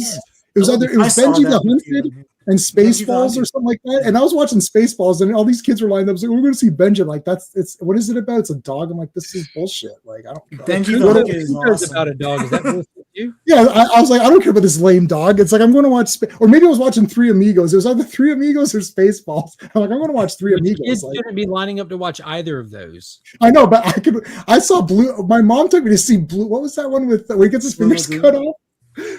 Miami Blues. Yeah, Miami Blues, where he gets his finger, and then Jennifer Jason Leigh is full nude, and I was like, I don't know, you took me to the. She's like, sure, I didn't know this is going to have nudity. I was like, well, I wanted to see it. Blue guys, yeah, they're blue. Okay, we're gonna wrap it up. Let's go. Daniel, talk about your podcast and what you've got going on. Oh yeah, the Geeks with Beards podcast. We comic book review podcast mostly. We also have a YouTube channel where we do quick toy reviews sometimes. We just covered Incredible Hulk #1 from 1962. We just recorded that episode. And I've started putting out little small, like 6-7 minute videos on YouTube about the current comic books that I'm personally reading, what I think about them. Like I covered Phantom #1, Superman Unlimited #6, the new Masters of the Universe, Sword of Flaws. I covered that #1. That video will be coming out soon. Yeah, we just cover a lot of different comic books from different eras. It doesn't really matter what the year is. A lot of these are first time reads for me and my co-host. So, and I love the Incredible Hulk #1. I never read it until I picked up the Marvel Masterworks. I picked that up. Oh, those are all good. Yeah. Daniel, did you solve the mystery? Is he man or monster? Not And why is he great? Yeah. I love the little forward that Stan Lee put in there in '89. He's like, yeah, I wanted to make him gray because the melancholy in the story, but then I seen the green looked better. So Yeah, the print. They keep doing the printing. You couldn't print the gray. But according to Stan Lee, it was his decision because it looked better to be green than gray. You got to be careful with Stan Lee's thoughts because they do change from time to time. Yeah, that was 1989, I believe, when he made that statement there. Depending on where you read Stan Lee's interview, you'll have a different idea of what happened with stuff like that. Awesome. So your links there, the links in the description and in the chat. We can go for about maybe 10 more minutes after this, but I just want to make sure everyone gets a chance to say their stuff because I don't want to. When I gotta go, I gotta go. It's Kryptonite Corner. What's going on with your channel? Well, I'm prepping up for Supergirl here, so I've got a few Supergirl videos. I'm going to wait to launch them until the trailer comes out, which may be Monday. We'll see. And also, I started a new channel where I do reaction videos, but it seems like half my audience doesn't want to watch those. So I moved all my reaction videos to a new channel where I do just reaction videos. And that's going to cover all sorts of superhero stuff. So I got that going on too. So lots of stuff happening over at Kryptonite Corner. Awesome. Mark, what do you got going on? Live streams, videos, comics, movies, news, stuff like that. 3 streams a week. Wow. Awesome. Where's Sean's thing? I gotta find Sean's. Sean, talk about it. What do you got going on? There you go. Well, I'll be on with you on Monday for Earth's Mightiest Mondays, covering 4 issues of Avengers, and on Friday, Fantastic Fridays, covering 4 issues of Fantastic Four. and whatever else I'm invited to. I don't know. Right. I don't know. Whatever I'm doing, you just pop Yeah, it. I'll just be and then I do the same stuff as Sean. And I do comic reviews. Or do you want to plug anything or? Not really. I just want to say thanks for having me on. I love coming on streams with Sean and J-Man. I'd come and talk to you guys about the price of milk, to be honest. So thanks for having me on today. If you're not trying to become a channel member, if you're listening, membership has its privileges. If you become a super friend of J-Man's channel, there's some neat little things. Not the least of which was this amazing shirt that I got. It probably costs more than my whole year's membership. So I got that through Beat It shirt. Nice. And very cool. J-Man puts cool stuff in the shared Google Drive for members, which is not, we look at some cool stuff from time to time. That's great. Sean does some really great stuff on his channel as well. Great reviews of classic comics. And one thing that's coming up, Sean and J-Man have done is look at some great old cartoons, Brave Star. And if I'm very lucky, hopefully I'll get to sit in with them in the future sometime and talk about Inhumanoids. We're going to do Inhumanoids for sure. Inhumanoids is for sure. And then we'll do, I want to do some of the Batman cartoons. I've now upgraded them all to Blu-ray. So I'm looking forward to going through those again. I started doing the Adam West one where they got the voices of Adam West and Burt Ward back. Thunder. Oh, well, we're gonna do Thundar for sure. Thunder, yeah, that's on. That's there. That's a classic. Thunder the Barbarian. The new comic comes out January 21st, issue 1. Yes.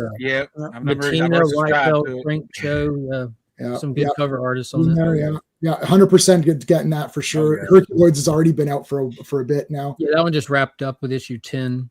Yeah. All those great classic cartoons. Okay, well, you just plugged our stuff, so that was nice of you. Okay, so our buddy John from that's not John. This is John. John from Action Flicks just said that trailer hits Thursday. Is it a teaser? Is it a trailer? Is it it's going to be a teaser. They always probably a teaser. Yeah. Maybe she'll be drunk. Now here one thing that super high-end expensive marketing team that they hired for Superman knows how to do is market shit. Because when they were ready to roll out Superman, all people talked about or saw online was Superman for like a good solid 8 months leading up to that. And they're about to do that with Supergirl starting this week. They also start with a trailer, just the tip, and then they'll just keep dragging it. Did you say that is the same team or you're hoping it is? No, it's a Warner Brothers team, I think. So it should be the same same strategy. Now a Netflix team. Warner Brothers is now a company of Netflix. It's still Warner Brothers. DC is way more in line because when Superman was coming out, All-Star Superman was out on DC Compact Edition immediately right there. Supergirl already Woman of Tomorrow Compact, which is already scheduled to come out. I don't know what whatever the pre-order date is. So it's exactly what Mark and Kryptonite Corner were holding up earlier. Those are the trades that are the size of the comic. Do you have two compacts there, Mark, by chance? Okay, hold on, let me put your full screen. I have what you're asking for, though. One of each. Yeah, there you go. Yeah, that's it. So the compacts they're about manga size for people who get the manga. Yeah, the Tankobon volumes. There you go. That's perfect. That compact. I mean, if Marvel did that with their runs, can you imagine? Like that would be killer. They'd have to write good stories to put in them first. No. The catalog speaks for itself. They'd be using the old stories. They'd be using the old stories. DC's doing both old and new. I know that's the way. So, but they're coordinating much better. So when Fantastic Four came out, they did do that. Alex Ross did a cover for just the Kirby issues of Galactus and the John Byrne issues, and they put them together for a cheapy, like $20 or 15 American or whatever. So that's the only thing that came out that was of any worth for Fantastic Four. Like, what are you guys doing? And it comes out after. Like, it's like, I don't understand what they're doing at Marvel. They cannot coordinate themselves. Whether you like, they don't care about the comics. It's that simple. DC is in an era where they actually care and love the comics. The guy running DC Comics is freaking Jim Lee. Like, they have the right person in the right job position, and it's kind of trickled down a little bit. And they've got talent. They've got people that are passionate about the characters. It's really that simple. I would love to, if you have another minute to kind of talk on that, because someone asked a comment earlier in there. They're like, what do you think of the Snyder Bros blocking the movies from succeeding? And then this whole wallet closed for Superman thing, wallet closed for this. As a Snyder fan, I find it laughable that any one of these people that type that no one assumes you were ever going to pay to watch a movie ever. Like, just bottom line, nobody who would say, I'm not going to watch a movie, I have no idea if it's good or bad, is not the same person that ever puts their money where their mouth is. Mm-hmm. And it doesn't affect anything either. I wish that people would say, I think my problem with the Zack Snyder, the fans that are the crazy fans, because I own, and all of the people that love the Zack Snyder stuff can't one up me, because when I used to go on streams and complain about Zack Snyder, Superman and Batman and all of that, and they'd be like, "Oh, you're a hater." I'm like, really? It's like, I own every Zack Snyder thing. I have the book. I have every book on Watchmen that came out. That's for the movie. Obviously, Alan Moore's stuff. Like, everything about. I can pull the ticket stubs and the physical releases, and I can show you where I own a lot of them on digital, because I was away from the house and I wanted to watch it on vacation or something like. And the other thing is, when we eventually, so I own all that stuff, but once we get to Man of Steel and BVS, which they're saying, Man of Steel is the only good Superman movie and everything else is crap, and this is what it's all about. I'm like, well, I own it on 4K. Do you own it? No. So you don't even own the movie that you're saying is so good. It's like, I own that 4-hour 4K, which I hate that movie. Excuse me. Okay. That's speaking with your wallet, because closing your wallet is saying that I'm not going to support this. Well, what have you done to let Warner Brothers know that there's a wallet basis to do something for the Snyderverse? Have you gone out and these movies they're still sold to this day? You can still you can go online and buy them from like firsthand sources. You can go to Groove Entertainment and buy steelbook editions of Batman versus Superman right now. Yeah. Have you supported these projects? How have you let Warner Brothers know that there's a fandom that will pay to watch this stuff? That's what it comes down to. I mean, I physically own all the Snyderverse stuff. I even bought the 4-hour version of Justice League. I got that too. Yeah, the day it came out, I got that. I pre-ordered that sucker 4K. Yeah. So I mean, I like the Justice League, the one that everyone hates, or whatever. I like that movie. It's like, I got that too. Another proof positive you have terrible taste. Oh no! I prefer the Snyder version over the theatrical version. Well, send me the steelbook if you don't want it. It's got Jim Lee artwork around it. I'm like, this is incredible. Perfect. I'll give you my address after. That's nice. No, so I always put my money, because I think a lot of us here, I want Superman to do well. I know Kryptonite Corner. When I saw one of the things I saw on your channel, which prompted me to even like get a conversation going, was I saw you were saying, it's like, it's still Superman stuff, and Superman is leading the way. It's like, we got to try to help support this character. We don't want him to die out. That's why I always get the tickets. I don't pirate shit.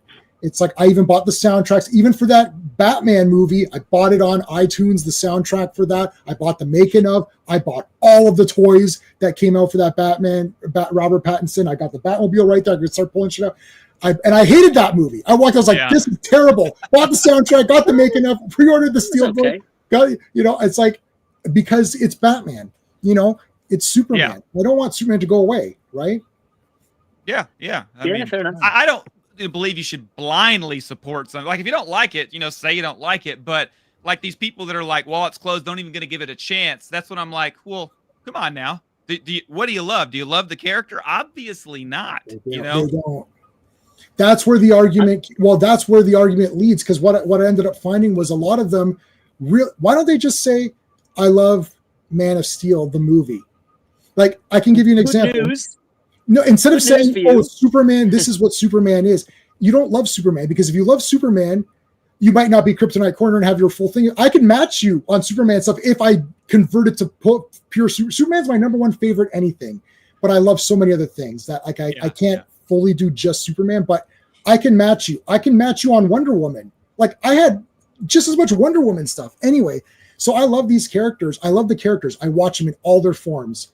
If the internet was like around and social media was around like this in the early 2000s, when Zack Snyder was getting ready to release Man of Steel, these same people would be saying, wallets closed for Man of Steel, no trunks, I'm out. Lois knows he's Superman, I'm out. I'm not doing this. This is like, bro, like there's no principle behind anything they're saying. It's just a weird Reddit collective on the internet. Like, they hold no weight, and it's detrimental to the hobby. It's detrimental to the fandom. And I don't mean the James Gunn fandom. I mean the larger fandom, in a time when this stuff, all media is on the chopping block. Physical media, theatrical releases, it's all on the chopping block. And you have people that just would rather be weird Reddit edgelords on the internet for strangers and people they'll never meet, nor people that they eat meals with or pay bills for. Like it's the most asinine thing I've ever seen, and it's crazy that they think people take them serious. Yeah, I mean, as a comic book fan myself, I want all this stuff to be successful. I don't watch everything because I don't have interest in everything. Like with the Marvel movies, I kind of stopped after Endgame. I've watched a handful since then because I just didn't have interest after that. Doesn't mean I hate them. I just didn't have interest. But yeah, I want everything to succeed, whether it's this Superman, whether it's Henry Cavill coming back, whether it's whatever. I even like Superman Returns after rewatching it a few times. I actually like it more now than I used to do. The plane catch is one of the best representations of any Superman in anything ever. There is no better Superman scene than that Superman plane scene in Superman that Returns. is awesome. So, I mean, as a comic book fan and a reader, I want all of this to succeed. And I mean, you're never going to get everybody to agree on everything. That's fine. Correct. But base it on real things. Don't just say, stuff like that. Have an actual good argument and a conversation about it.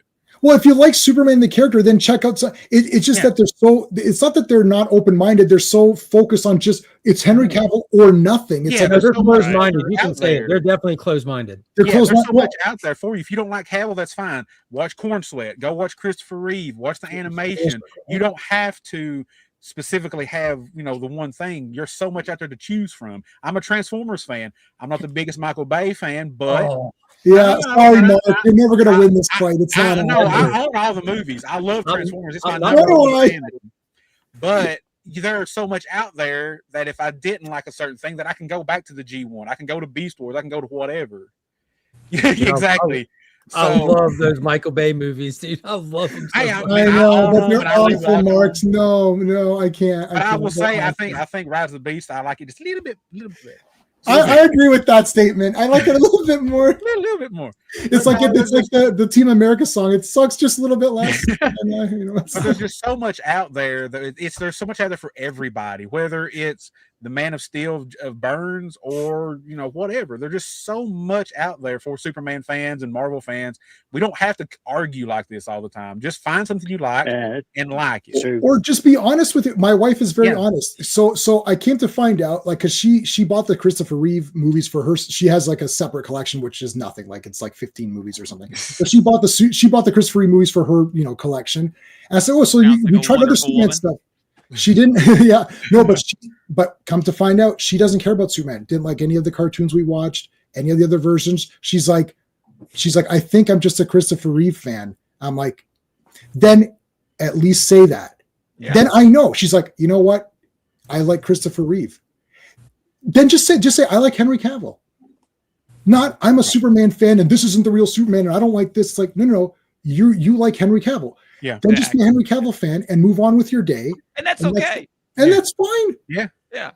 She tried Superman Returns, didn't like Snyder's it. tight with Netflix. Yeah. Just saying. I mean, yeah. Oh, there is. Oh, yes. Yeah. Nice. I've got a Blu-ray set, but it's not that though. Yeah. These are all steel books. Oh, yeah. Did you get your replacement discs? Huh? Did you get your replacement discs for that? Didn't need any. Oh, why not? Okay. Why would I need replacement discs? Wait a minute. Is that the 4K set? Was that one not compromised? Nope. How can that be? I don't know. That's cool. I didn't pre-order it, and I didn't get it when it first came out. Oh, okay. Long ago. Okay. Yeah, I love all those. So what was wrong with the it's the usual Warner Brothers horse shittery. It's like there's something. I don't know. Like I just got mine like a couple of weeks ago. It took forever to get the replacement discs.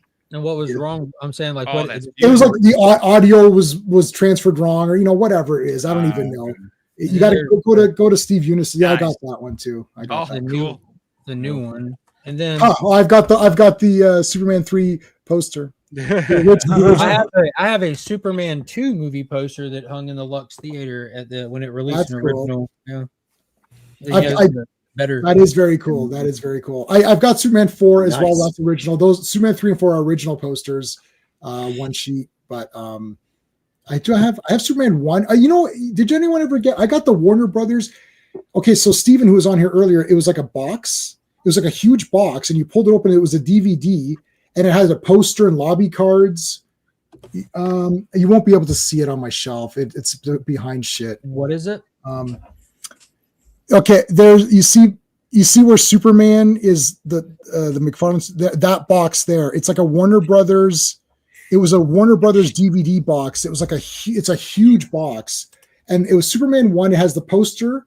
It has lobby cards and all this stuff. I can't take it out. It's behind all that crap.